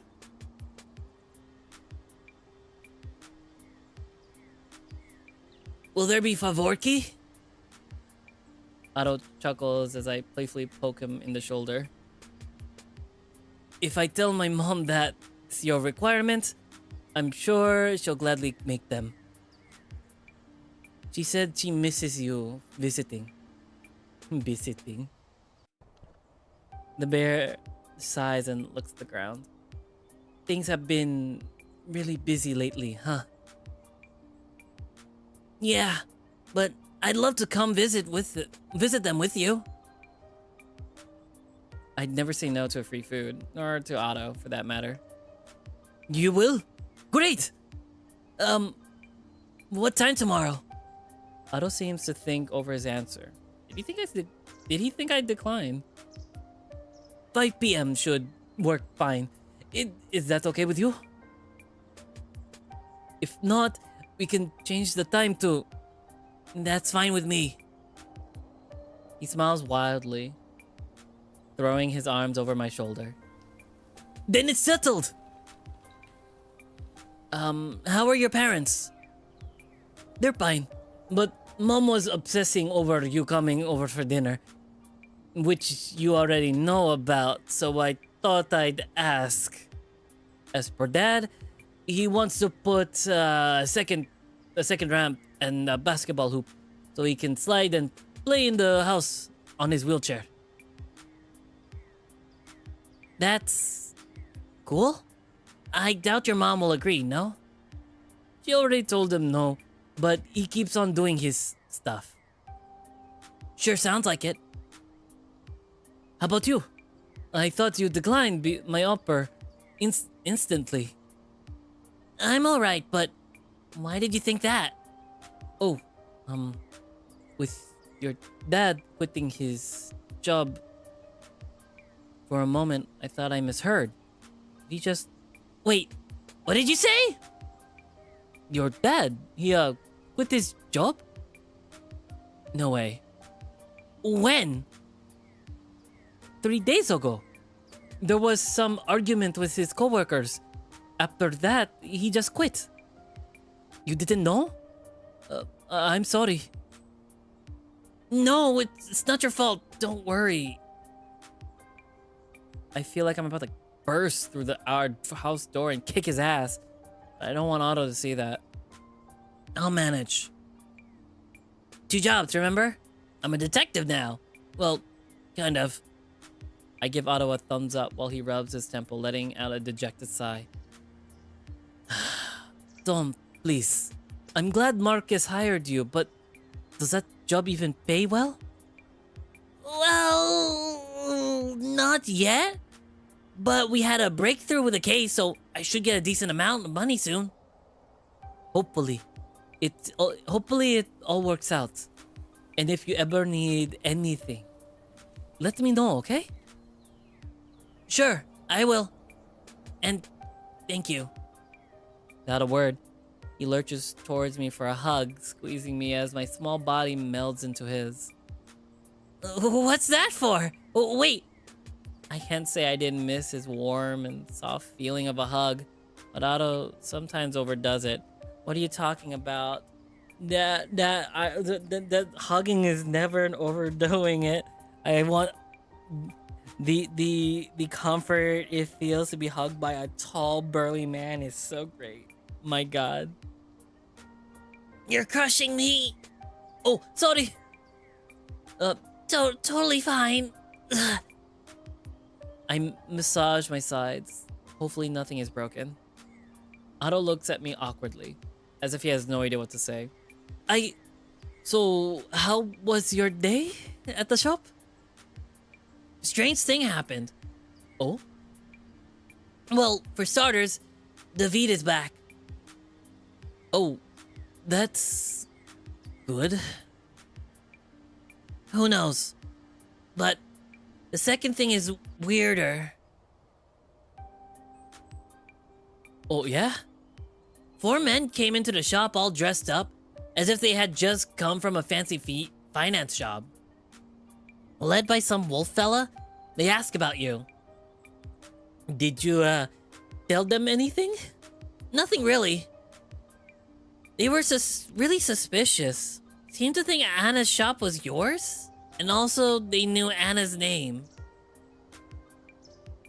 I explain what happened to Otto, paying close attention to how he reacts. He looks relieved. Alright, well, thanks. You shouldn't have lied to them for me, but I'm kinda glad you did. Who were they? Oh, nothing to worry about. I think those could be the men my father was doing business with before he retired. I gave Otto a long look.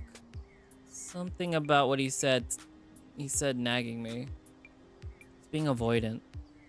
If what he said were true, and they dealt with his father before, wouldn't they already know where to find Otto? Or just go to his father? Are they dangerous? Don't think so. Still, I'd avoid them from now on. Why? I don't know. Well, that's odd. All right, big guy. Keep your secrets. Huh? Nothing. Don't worry about it. Sorry, Tom, but I got to go. I need to make sure the rest of the men aren't burning my company down. Sure.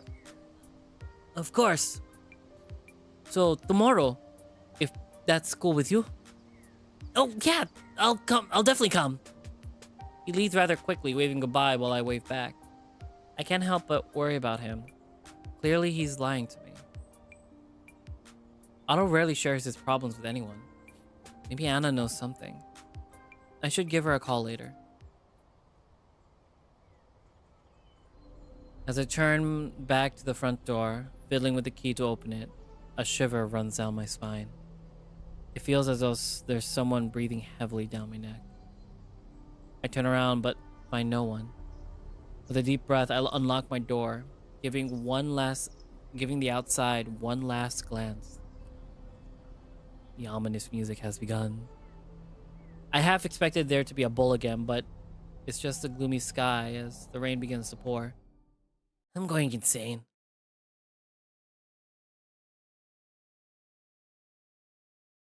I lock the door and start taking off my shoes and jacket. The familiar smell of booze is intoxicating, like I'm drowning in alcohol. I prop the windows halfway open to air out some of the nauseating stench, but keep the rain from splashing inside. The empty cans riddling the floor emit a sharp crumple when I accidentally step on them. I should clean up this mess. Maybe later. A part of me dreads to talk with Dad. I don't remember the last time we had a proper conversation. I head straight to his bedroom. It's where he usually hides to wallow in alcohol in the middle of the day. I knock on his door a few times before trying to open it. Locked. Dad, are you here? Yeah. Otto told me what happened. You know we have 3 unpaid bills due this month. I hear something fumble in his room, followed by staggered footsteps. The door cracks open as his figure slouches from behind it, and I'm greeted by his vacant stare. I know. What's the plan then? I'm able to cover my half.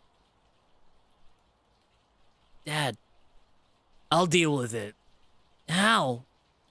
I said I will. Whoa, the southern accent came out. Shit. I said I will deal with it. Deal with it. He spits the words between his clenched teeth. Now leave me alone. Yeah, sure. Well, screw this. I'm not dealing with his bullshit.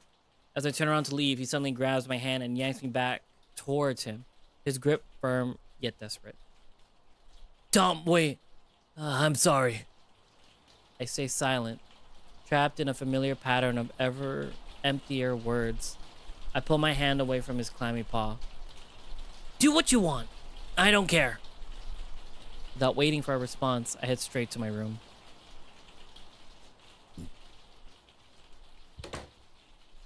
Inside, I throw my things on the floor, lock the door, and lie down on the bed. Don't forget to turn off the lights. I don't think I can make enough money to pay off everything this month. What about the month after that? Honestly, the last thing I want is having to ask Marcus or Otto for help. They've already got enough shit to deal with. It would be embarrassing to look at them. Look at them after, too. They just feel bad for me, and I hate that. I groan into the pillow before throwing it at the wall. Fuck! I really hope I wouldn't have to contact Jakub. Ay, shit. Jakob. I really hoped I wouldn't have to contact Jacob again. Still, grab my phone. Fuck it. I'd rather deal with this than have my friends looking at me with pity again. Hey, it's me. Oh, what a pleasant surprise. I knew you'd contact me again, Thomas. Tomas. I've been thinking about you. Yeah, sorry, I've been busy. Can imagine. So, what have you been up to? I need a favor. What kind of favor? You know exactly what kind. Stop with the teasing. I see. When do you need me? Tomorrow, same place as always. For you? I can definitely make it. Great. See you then. Can't wait. That was embarrassing, but it's the best option I have. I'm left staring blankly at the ceiling. Minutes pass while my mind drifts with no direction. My body aches from the long and tiresome day. We hear the thumping at the door. Tung tung, tung tung. I notice how dark the neighborhood has gotten outside. Before my phone screen blinds my eyes as I key in the password. My head feels groggy from waking up at weird hours in the evening. First thing I do is check the notification from David. So, do you think we could meet up tonight? Maybe. You're so cruel.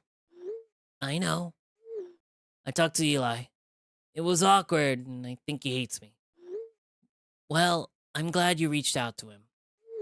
Yeah, me too. It's gonna be weird, but I asked him to meet up with me tomorrow at our parents' old house. Oh? I thought he'd come over and help me look through some old boxes, maybe take some stuff with him. That's nice of you. I'm glad you approve. So, about the meeting. I don't know, dude. I think I might need a bit more time. I'll be spamming you if you don't agree. How old are you? 5? Please. Plus. Prost bits, please, por favor. Posh... Poshal... Vosta? Well, I got the first one right, so that's fine with me. Oh, bro, with what dad failure? We have dad failure now. My God. Prost. Prost. Now I'm curious how far you could keep this going. God, you're terrible. You just want me to stroke you. What? Stroke your ego. Me. Please. I want to get an interview with the great detective himself. Wait, how do you know about that? Eli told me. It's so cool. I want to hear all about it. I'm stubborn. I'm not giving up. Not just stubborn. Annoying too. Dick. If I agree, will you stop with the theatrics? Fine. But also choose a place and time. Sure. Eli told about Gruber Niedzwiedź. Niedzwiedź.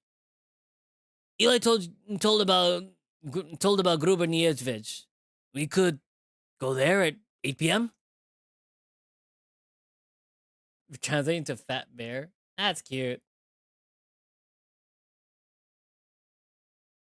Honestly, the text messages are really cute. They're done pretty well. Why there? Don't know. We could try somewhere else. You nailed that pronunciation. I try my best. I'm so glad. I'm probably gonna forget the pronunciation like over this period of time. But like I'm slowly writing everything down as I go. Nah, it's fine. I know the place. Meet you there at 8. Great. I will be waiting. I sigh. We finish texting. It feels like I've been won over too easily. I'd rather stay in bed and be lazy tonight. David would kind of deserve it. But I'm actually kind of curious about what brought him back. There must be more to it. As I glance through my contacts, I decide to talk to Eli as well before I start preparing to go out. Hey, Eli. Hopefully things went well with David. Sorry I haven't been too talkative lately. Found your note. Oh my god, why they... hyenas are so cute. Have you eaten, anak? Well, no, I drank some coffee. I had Chinese food before stream. I ate a little. She's a knock with me. We're the same. We're around the same age. I think I'm older than you. You're supposed to call me Kuya. Never Tito. No, I don't want to see Tito in the chat whatsoever. I will ban you if you say Tito. Tito comfy. I will ban you. Bish, go eat. I have coffee.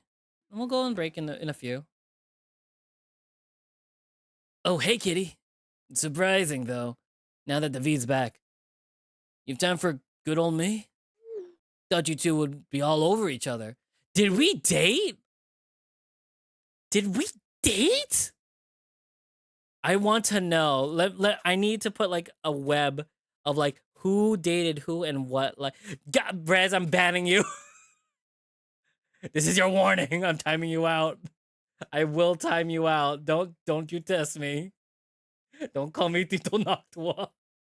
I feel old as it is every time someone says that. Oh my god. Nah. Oh shit. I mean, he did invite me to the bar tonight. He told me he invited you too, but you refuse. Oh, yeah, busy tonight. To be honest, David was the last thing I expected to see today. Did it go badly? Tito Carlos. Tita? Going to have an aneurysm. Did it go badly? Yeah, I don't know, man. It was fine, though it felt like talking to a stranger. I get it. Also, why did you tell him I'm detectiving with Marcus? Well, it just slipped out of my mouth. Sorry if you wanted to keep this a secret. It's fine. Oh, my package arrived. I will talk to you later. See ya, kitty. Tell me how the unpacking went after. I don't do and tell. Who are we? Did we date these brothers in the past? What's going on? I know we're friends, but like, kitty? Even if I had a cat persona, I don't think any like someone I know that close would call me kitty. Oh my god. I can't blame Elias for not wanting to be around his brother right now. He probably needs more time. My package has arrived, stares at Bulge. Stop it! I guess he wasn't all wrong about the feed and I being all over each other. After all, it barely took any convincing from David for me to agree to meet. This is stupid. I shouldn't be angry. Too angry to just go out for dinner with him? And I am, but I still want to see him. It's already 7:10 p.m. I should start getting ready if I want to be there on time. Changing montage. Da-da-ba-da-da. Downstairs. Dad is in the same state as always. He looks at me, mumbles something, but without paying him any attention, I twist the doorknob and head out. After a 40-minute walk through town, I finally arrived at Gruber Niedzvej. Yeah, there we go. I'll get it. Gruber Niedzvej. Old Bernard has been running this place for as long as I can remember. Back in the day, it wasn't the best spot to eat nor grab a drink, but it was probably the only one around. Marcus did mention that the food is the best it's ever been at this place. Since old Bernard hired someone to manage the shifts and cook properly. I stand outside the bar, hoping David won't actually ditch me tonight. It's already 8:05.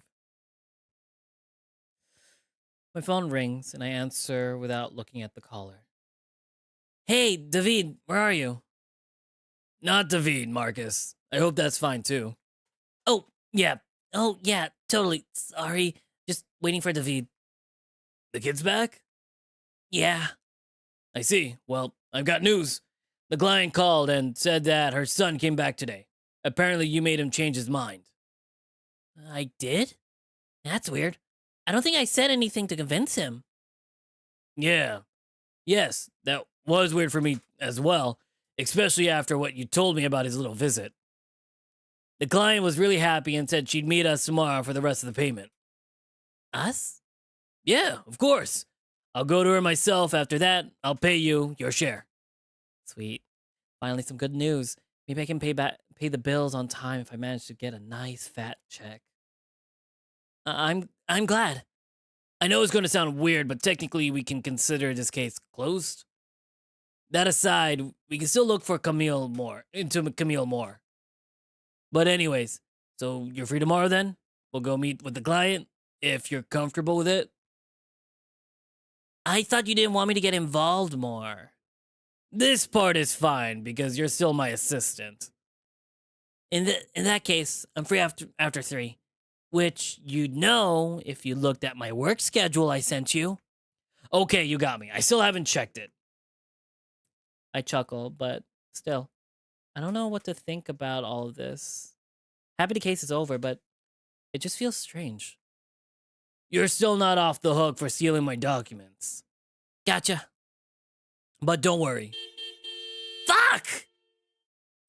Tom, what happened? The culprit is none other than David.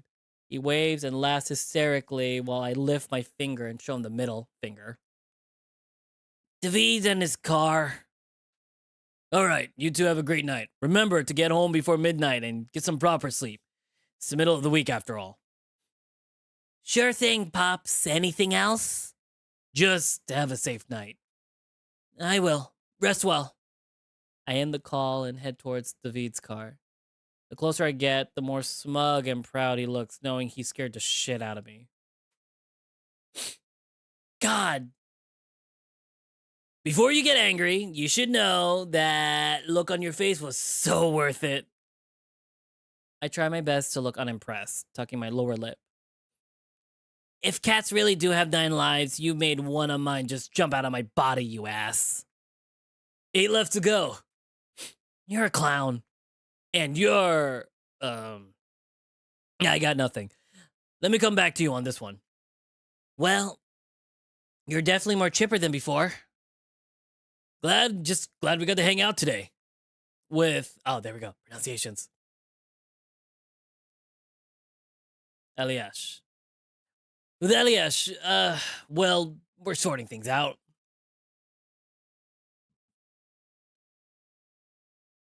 But we have a date at Auto with 5. Oh my god. Who we dating? Wait, I forgot. Do we have a romance section of this? What is this? I forgot what we're doing in this visual novel. Are we dating people or are we solving a mystery? Oh my god. I know there's some romance. Okay. The complexities of relationship and adulthood. All right. Story is linear with no strictly defined routes, though your choices throughout the game can affect Tom's relationship with various characters and lead to varied out. There's multiple outcomes. Oh no. Where did I save last time? Oh no. My mind's just like, what if I go back and try different routes? No. We gotta wait. Wait until it's finished before doing that. I'm not going to do that to myself again. My god, I learned my lesson with Echo and Arches. Jesus. David steps in front of me and nods in the direction of the building. So, I follow him. And this is our last 10-minute break we're going to take before we switch over to our D&D stream. So everyone, we're going to take one final 10-minute break here to stretch and use the bathroom because this owl is full of coffee. So, that being said, everyone, stand up, stretch, get some water, get some food. We'll be right back in 10 minutes. Bye.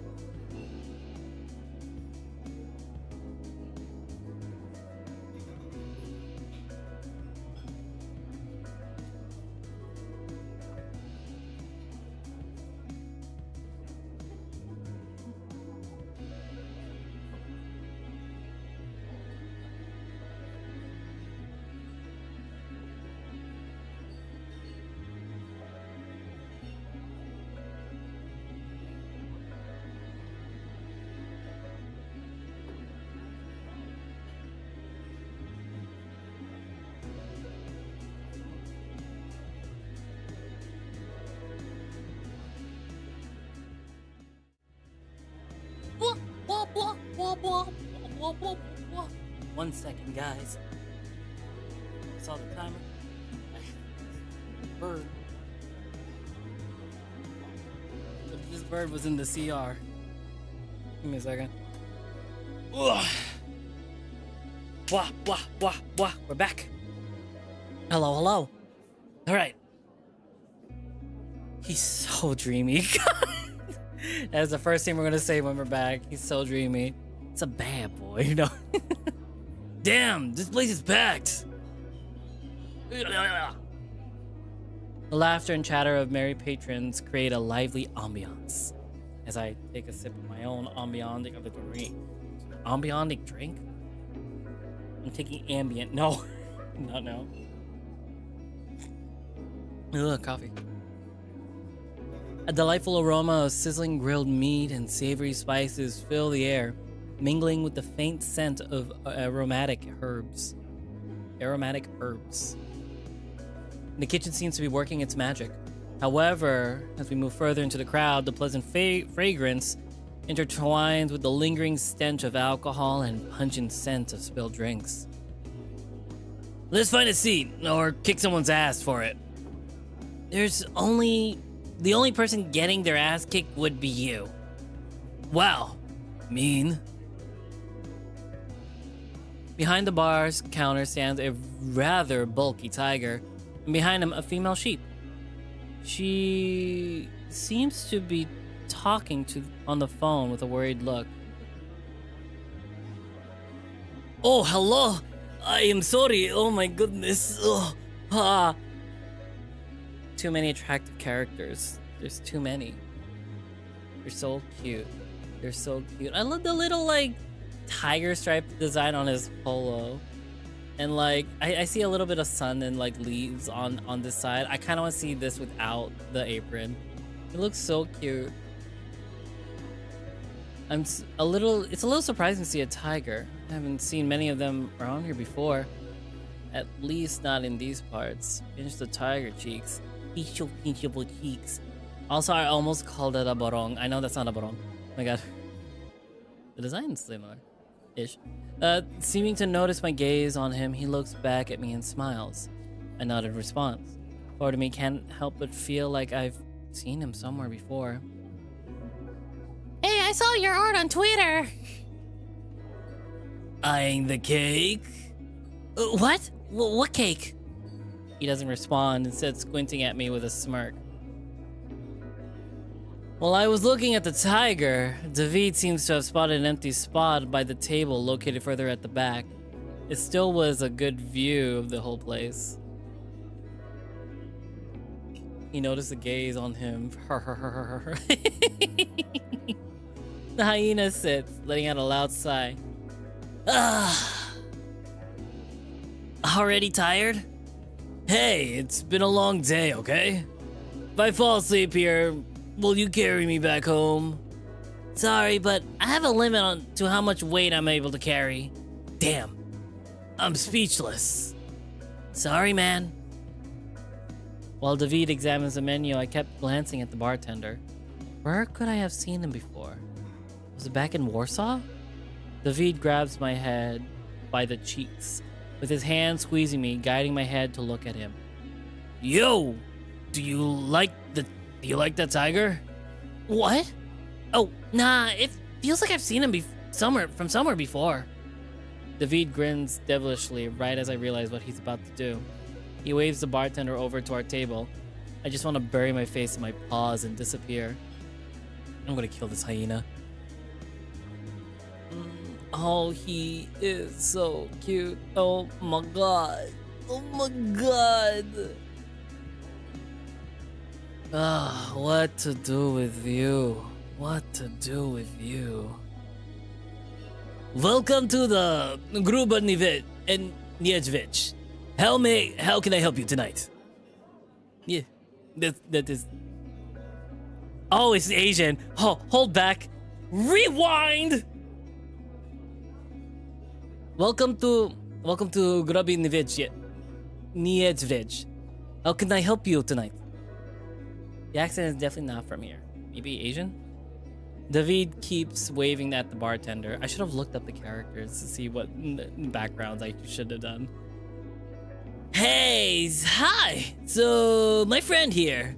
I shake my head at David. All I get in return is a smirk.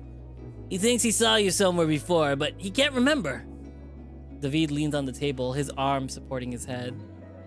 Can you tell us more about yourself, big guy?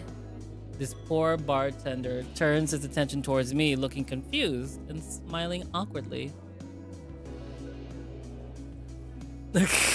I have a weakness for big tiger men. I contemplate strangling David. Sorry to bother you. This guy here... I point to David, who looks at me pretending to be shocked before sticking out his tongue for a moment. likes to embarrass me in front of other people. And you don't have to tell us anything, just ignore him. Hey, that's rude. I don't think that's a problem, really. We've only been here for about 4 or 5 months. I suppose the stripes will stand out, making people recognize me from a mile away. But I can't say I've seen you around the bar before, Mr. Oh, it's just Tom. And yeah, I figured. Sorry to bother you. Name's Raymond. And don't worry, you don't bother me. You didn't bother me. And my name's David. He didn't ask. Ouch. Raymond probably thinks we're a couple of idiots. Honestly, I wouldn't blame him. Don't flirt with people while they're at work. You do that after work. You leave a number in the on the check, the receipt, and then walk away. Let them deal with it after work hours. Gotta know. Gotta know. I swear every friend I know with a Tiger Sona has a Ray in their name. I mean, it fits. Would you like to order anything? Oh, right. I haven't looked at the menu yet.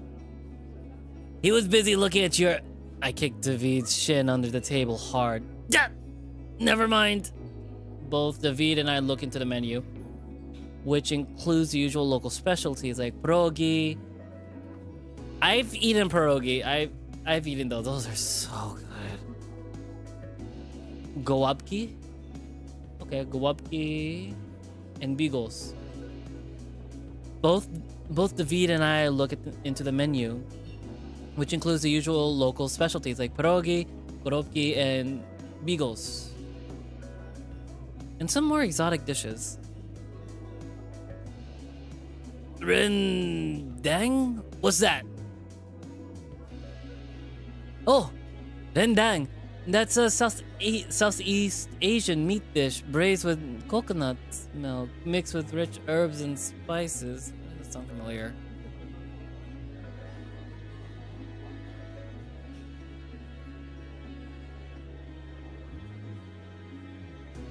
Oh, it's Indonesian. It's an Indonesian dish. It looks so good.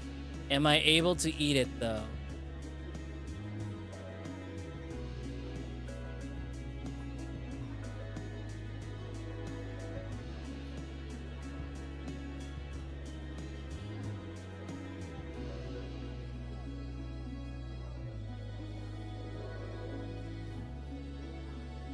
The rendang have peanuts.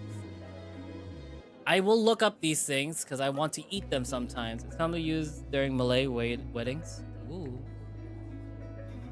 Do they have peanuts? If no. Some contain. Rice beef rendang with turmeric. Rice includes roasted peanuts. Some rendang spice paste may also contain it. Well, that's one on the list that I have to look out for. I hate having a peanut allergy so much. Oh, rendang? That's a Southeast Asian meat dish braised in coconut milk mixed with rich herbs and spices. It's my family's recipe. Speaking of food, shashuka. That sounds good. I see. So that's where he's from. I gave him a Filipino accent because that's my default for most Asian. Wow, that sounds exciting. I'll have that, please. I'll just go with the pierogiroski. Yeah! I pronounced it right. With sour cream on the side, please.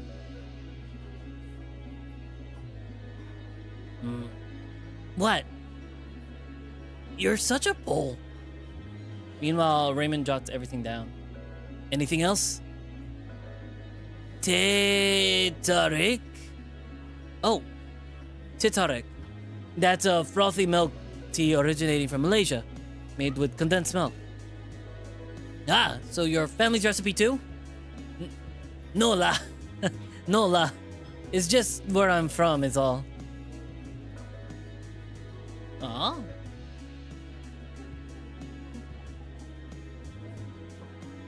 Sweet. Let's get 2 of those. Cause you and I aren't planning to get drunk tonight, are we? Yeah, no getting drunk tonight. So 2 tariks then. I'm being attacked. Raymond heads back to the counter. With that done, I turn my gaze towards David and kick him again. You ass! You know how awkward that was? Ouch, dude! I want to strangle you so much right now, but I don't want to end up in jail because of you. Be grateful there are so many people around here. Daddy, chill. Why'd you try to say that? Daddy, chill. Act your age, man. Numerical constraints can't dictate my personality. Ha. Well, that explains why disappearing for 6 years didn't seem like a big deal to you. David shoulder punches me. Dick. Though I guess I deserve that one. We settle into idle small talk while we wait.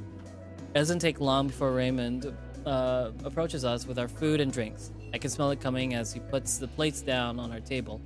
They look delicious. I haven't had a pierogi in ages. God, I miss them. Your meals. Enjoy. Thanks. This looks amazing. Thank you. I'm sure we will. As the tiger goes back to his work, both David and I are left staring at our delicious-looking food. I grab the fork and get started on my meal while David cuts a piece of rendang meat and stuffs it into his mouth. Holy crap! This meat is so tender! You have to try this! David quickly cuts another piece and... Oh, that's cute! What? I can finish my sentence. David has already pointed his fork right at my face, beckoning me to open my mouth wide. This is so cute! Look at him! He's like, hey, yeah. Yeah, you want it. Open your mouth. Come on, you can do it. Yeah. My eyebrows furrow, and I press my lips together to indicate my deep annoyance. Come on, open up. Let me stuff you with my... He smirks at me and starts to poke my pouted mouth with the fork. David needs to shave his pits. No, he doesn't, Rez. No, he doesn't. Fuck off, man. Eat your own fucking food. Eat your fucking food. Don't be naughty. Open up. Awaiting landing. He plays with the fork as if it were a plane. Fine, just stop with the act. With everyone around probably looking at us, I open my mouth and take a bite. The tender meat melts into my mouth as an explosion of herbs and spices envelop my taste buds. Nasty? What do you mean nasty? I love a guy who has some hair in his armpit. I don't mind that. I love fuzz. My goodness. I don't discriminate on body hair. I can also taste the creaminess coming from the coconut milk. Ooh, did it move backward? Yes. This is good. Right? You need to stop being a little pussy. Be more adventurous with your food.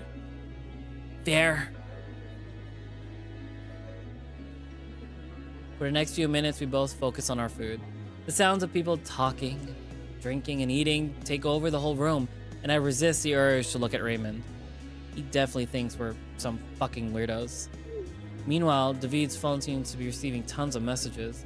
He looks back at me with his mouth full, quickly chews and swallows his food before responding. Sorry, let me just mute it. Oh, no, it's fine. You could deal with it. The hyena nods and types away on his phone. I wait patiently, eating my pierogi before speaking up again. David. Yeah? I want to know what made you come back. The real reason. What do you mean the real?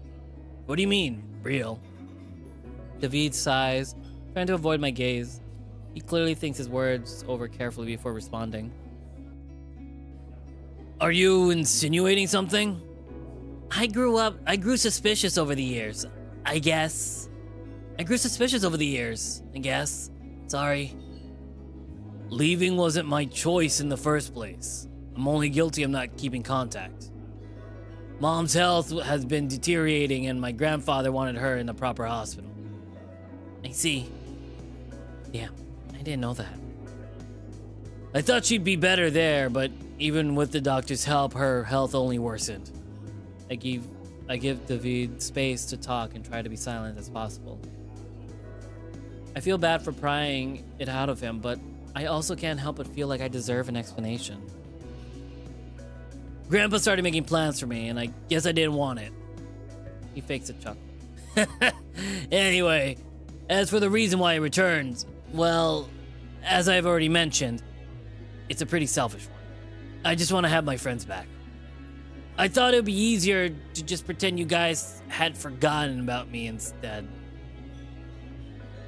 I understand the situation with your mom and you wanting to be with her, but I don't understand is why you took so long to realize you want your friends back. David, there's something you're not telling me. Why would I lie about this? Well, you tell me. Tom, you're being paranoid. Can you really blame me though? I don't know what to tell you. I don't even know what you want me to tell you. The truth. Why are you doing this? I thought we were having fun. I just don't want to be hurt again or see Elias get hurt either. I'm here and I'm not leaving. Fine. What about Elias? I kinda didn't expect him to even want to see me, but I guess it was a pleasant surprise when he agreed to. It was a surprise to me too. I didn't know about Elias, but it hurts that David would rather pretend we had forgotten about him than try to reach out to any of us. That is kind of sad. I see. With you agreeing to meet me, that is more progress than what I've made with Elias. I'm sure he just needs some time. Elias didn't tell you about my work. Well, Elias did tell you about my work, so I'm curious what else he told you. Not much, really. Somehow I don't believe that. I see. Today was pretty nice, though. The food was great. The company was okay too, I suppose. He chuckles with his awkward hyena laugh. What have you been up to? Aside from hot parties in town and many chicks, bro. He puffs out his chest and starts flexing his arms. Bro! Fuck off! I had to think of something, okay?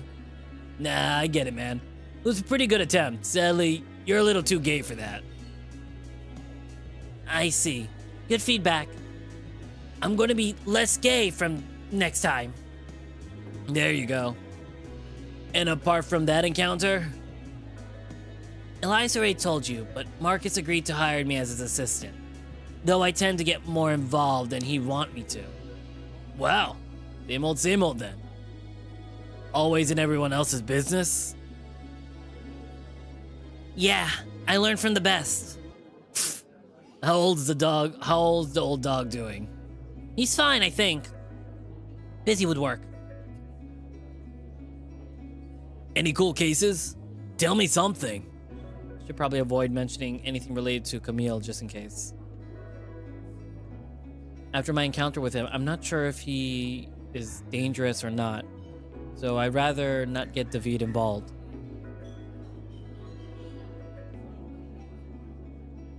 Well, I helped Marcus solve a case about a cheating husband. That's kind of overdone, but it does sound juicy. What happened? Oh no, the dogs are getting loud. I guess my family's home. That's why I'm gonna take a sip for it real quick.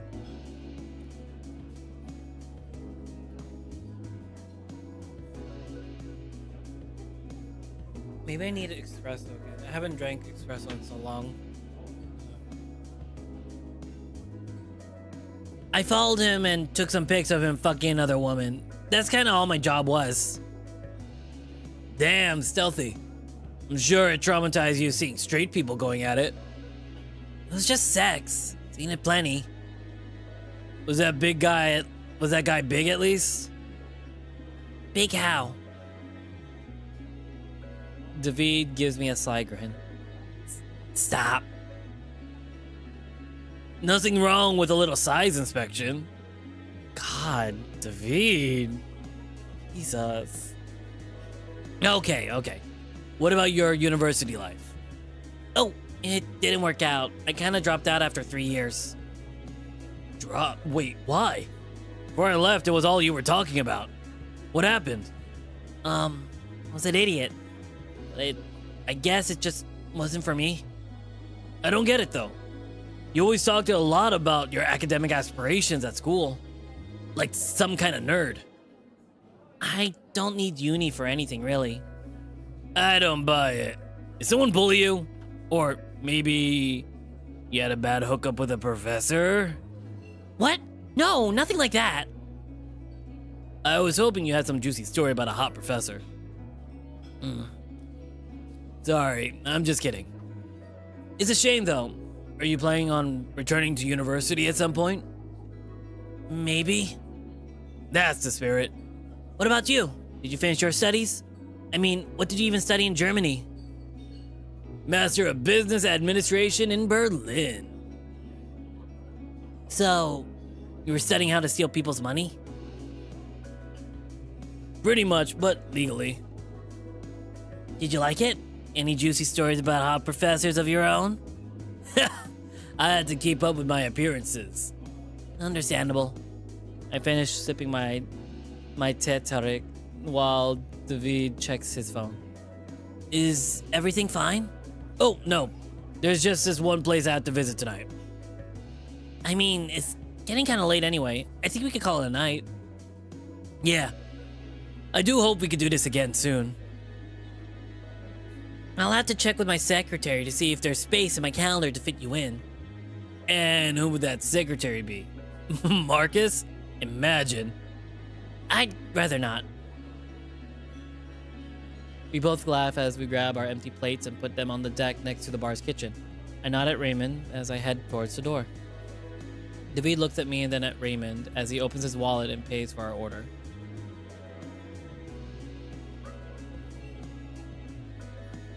Food was great. We're definitely gonna come again. Yep. It was my pleasure to have you here. It was definitely one of my more lively shifts, so thank you. That's true. There were a lot of people tonight. I think he meant you. Don't call me out like that. I thought with my friend here acting like a clown, you'd had enough of us. Hey, I'm right here. You sure are. Don't worry, La. It was awkward, but nothing too bad. See? He doesn't mind at all. Well, we'll be off. Thanks, Raymond. Good night. I grab David's arm and start dragging him towards the door as Raymond shouts after us. Wait, you forgot your change. Keep it. Hey, yo, we left a nice and healthy tip. Tip your waiters in the States, guys. Always tip them because most of them don't get paid enough. We step outside and David wriggles his way out of my grip and to run up to his car. I follow him, but my steps become shaky and uneven. My head begins to pound again. Fuck. Are you alright? It's nothing, just a light headache. I see. Well, at least dinner was fun. I smirk at him. and he squints at me with a mock suspicion. Yeah, I think it was. Nodding, he opens the car door, but instead of getting in, he just stands there for a few seconds before turning back to me. So, I suppose I should offer you a ride as well, you know, to keep you safe and all. What? Aren't you busy tonight? Well, can't have you walking alone at night, just like this, and with a headache. You're just asking to get jumped. What the hell? If anyone would get jumped, it's you, rich boy. Pfft, you could try. I bet you like that. Are you kink-shaming me? Maybe. Anyway, I'll be fine. See you soon. David hurriedly locks his car and turns back to me. Wait, are you just gonna walk after all? I mean, yeah, why not? The weather's nice and fresh air will do me good. Fine, I'll get my car tomorrow. Don't be stupid. Just drive home, man. Too late now. Are we on a date? Does he want to date us? Is this a plan? Was that his plan? We're dating? Oh my god. Under the night sky, the stars twinkle like distant beacons of light. A gentle breeze brushes against my fur, carrying with it the scent of damp autumn soil. The crunch of dry leaves under our footsteps is all we hear as David walks beside me, hands tucked in front of his jacket pockets. Occasionally, he breaks the silence with a soft whistle, a melody I don't exactly recognize. I must say, I miss this. Huh? Miss what? Walking with you? When we were kids? Oh, yeah, I remember. We used to pretend to fight monsters and talk about treasures at the end of the road of stars. Kids are weird, man. No, I think it was mostly us. Oh, I also remember the, night costume. I smirk at David, knowing that he was always embarrassed about it. I can already see him covering his face with his hands. Stop! Always talking about how you were going to protect everyone. I playfully jab his shoulder as he chuckles before raising his snout up to the sky. He then sighs, suddenly halting his footsteps and looking at the ground. Tom, Elias told me. Told you what? I know about your mom.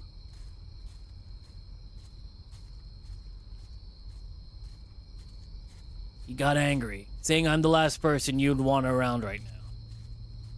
Tom, I know you have your doubts, but It's fine. is it? It isn't. But the last thing I want to show any weakness, right?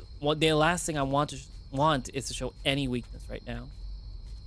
I'm sorry. I said it's fine. Tom,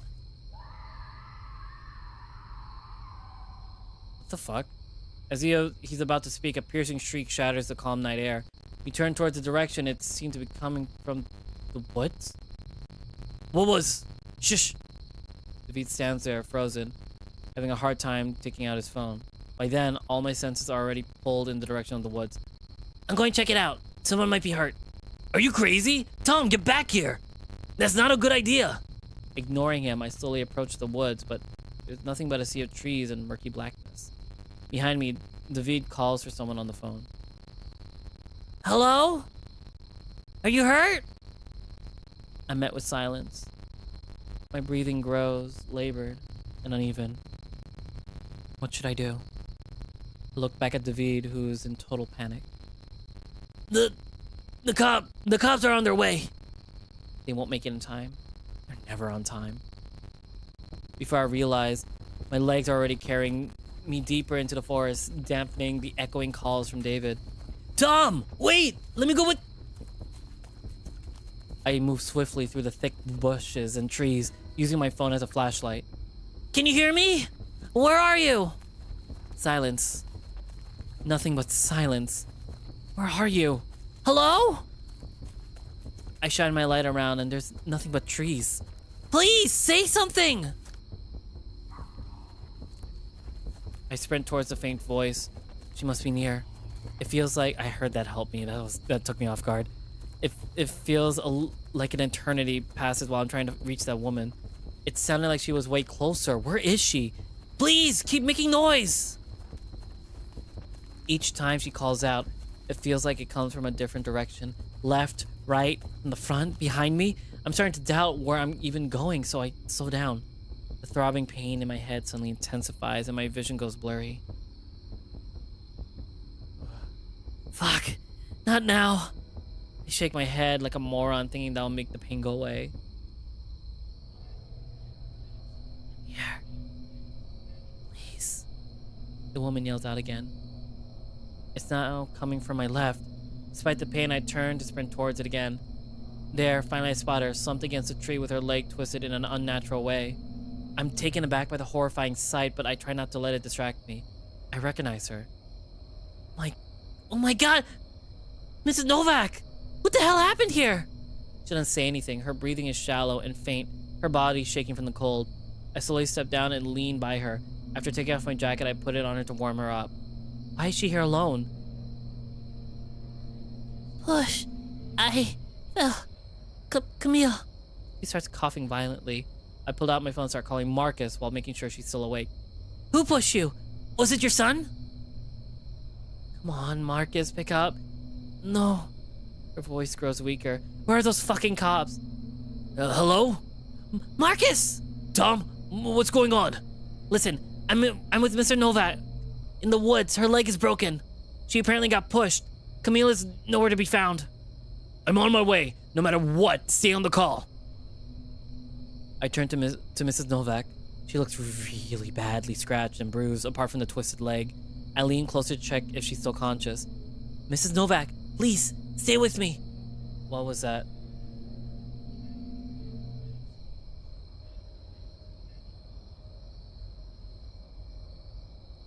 Something just lit up. What was that?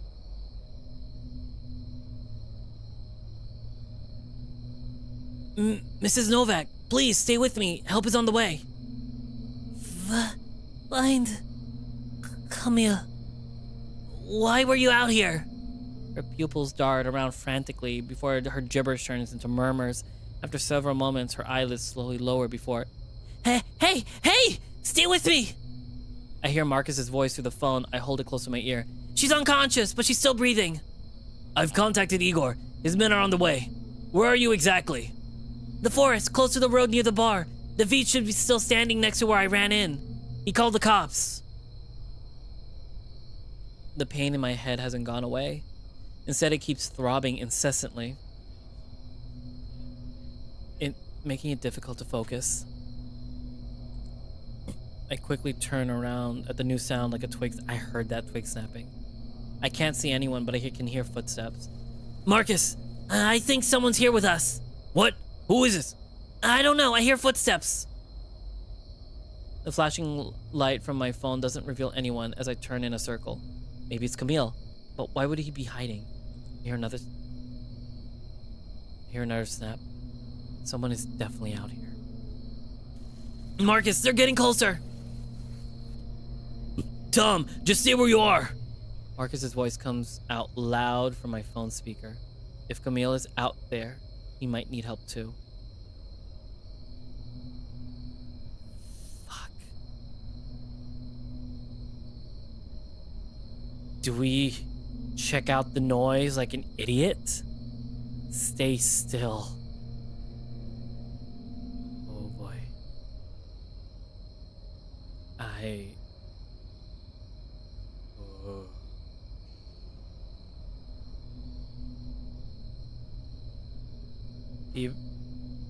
The adventurer in me wants to look, but the Filipino in me says, stay the fuck where you are and don't go near the noise.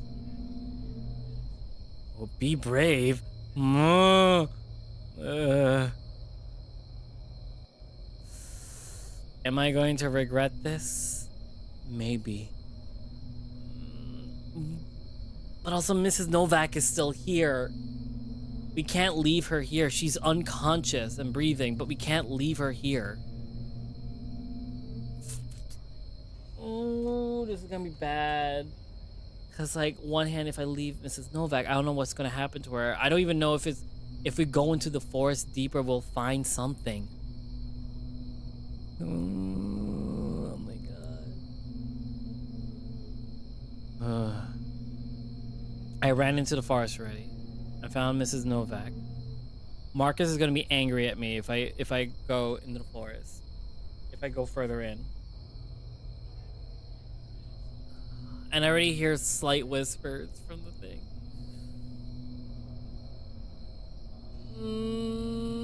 I'm gonna listen to Daddy Marcus. We're gonna save here. No. I don't know. I don't want to do a coin flip. Okay, think, comfy, think. We already introduced to Tom's character. He took the documents and went right ahead to do some research and take photos. I feel like he's the type of person that will go for it. I'm gonna regret this. Fuck it. I need to know what the fuck is going on. Camille, are you out there? No response. Fuck. Was all this his fault? And he's now hiding? Your mother is wounded, you asshole! Come out! I step a bit farther away from Mrs. Novak. I can still hear Marcus's objections on the phone. A bit deeper into the woods. I sense, oh my god, I sense the leaves rustling from somewhere near me, but I can't see anything even with the flashing light. I give it one more glance, and that's all. I'm not going further. This feels strange, and the headache is becoming too much to bear. I probably shouldn't risk it. Marcus, this feels off. I'm waiting for the cops. Just stay put. I'm with David now. The police siren sounds in the distance. Finally. I hear the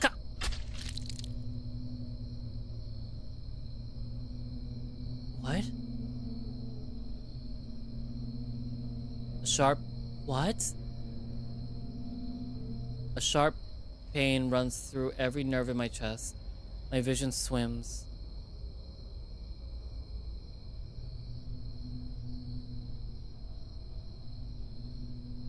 I look... What? Trembling with every inch of my body. A hand with a deformed claw is poking out of my chest.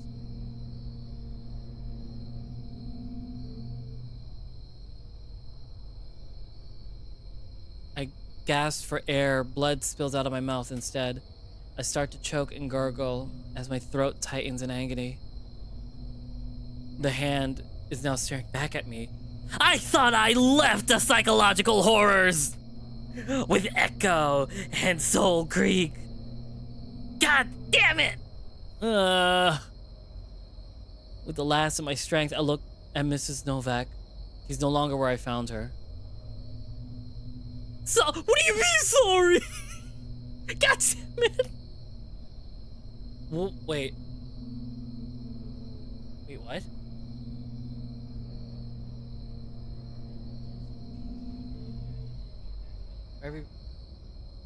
Did we die?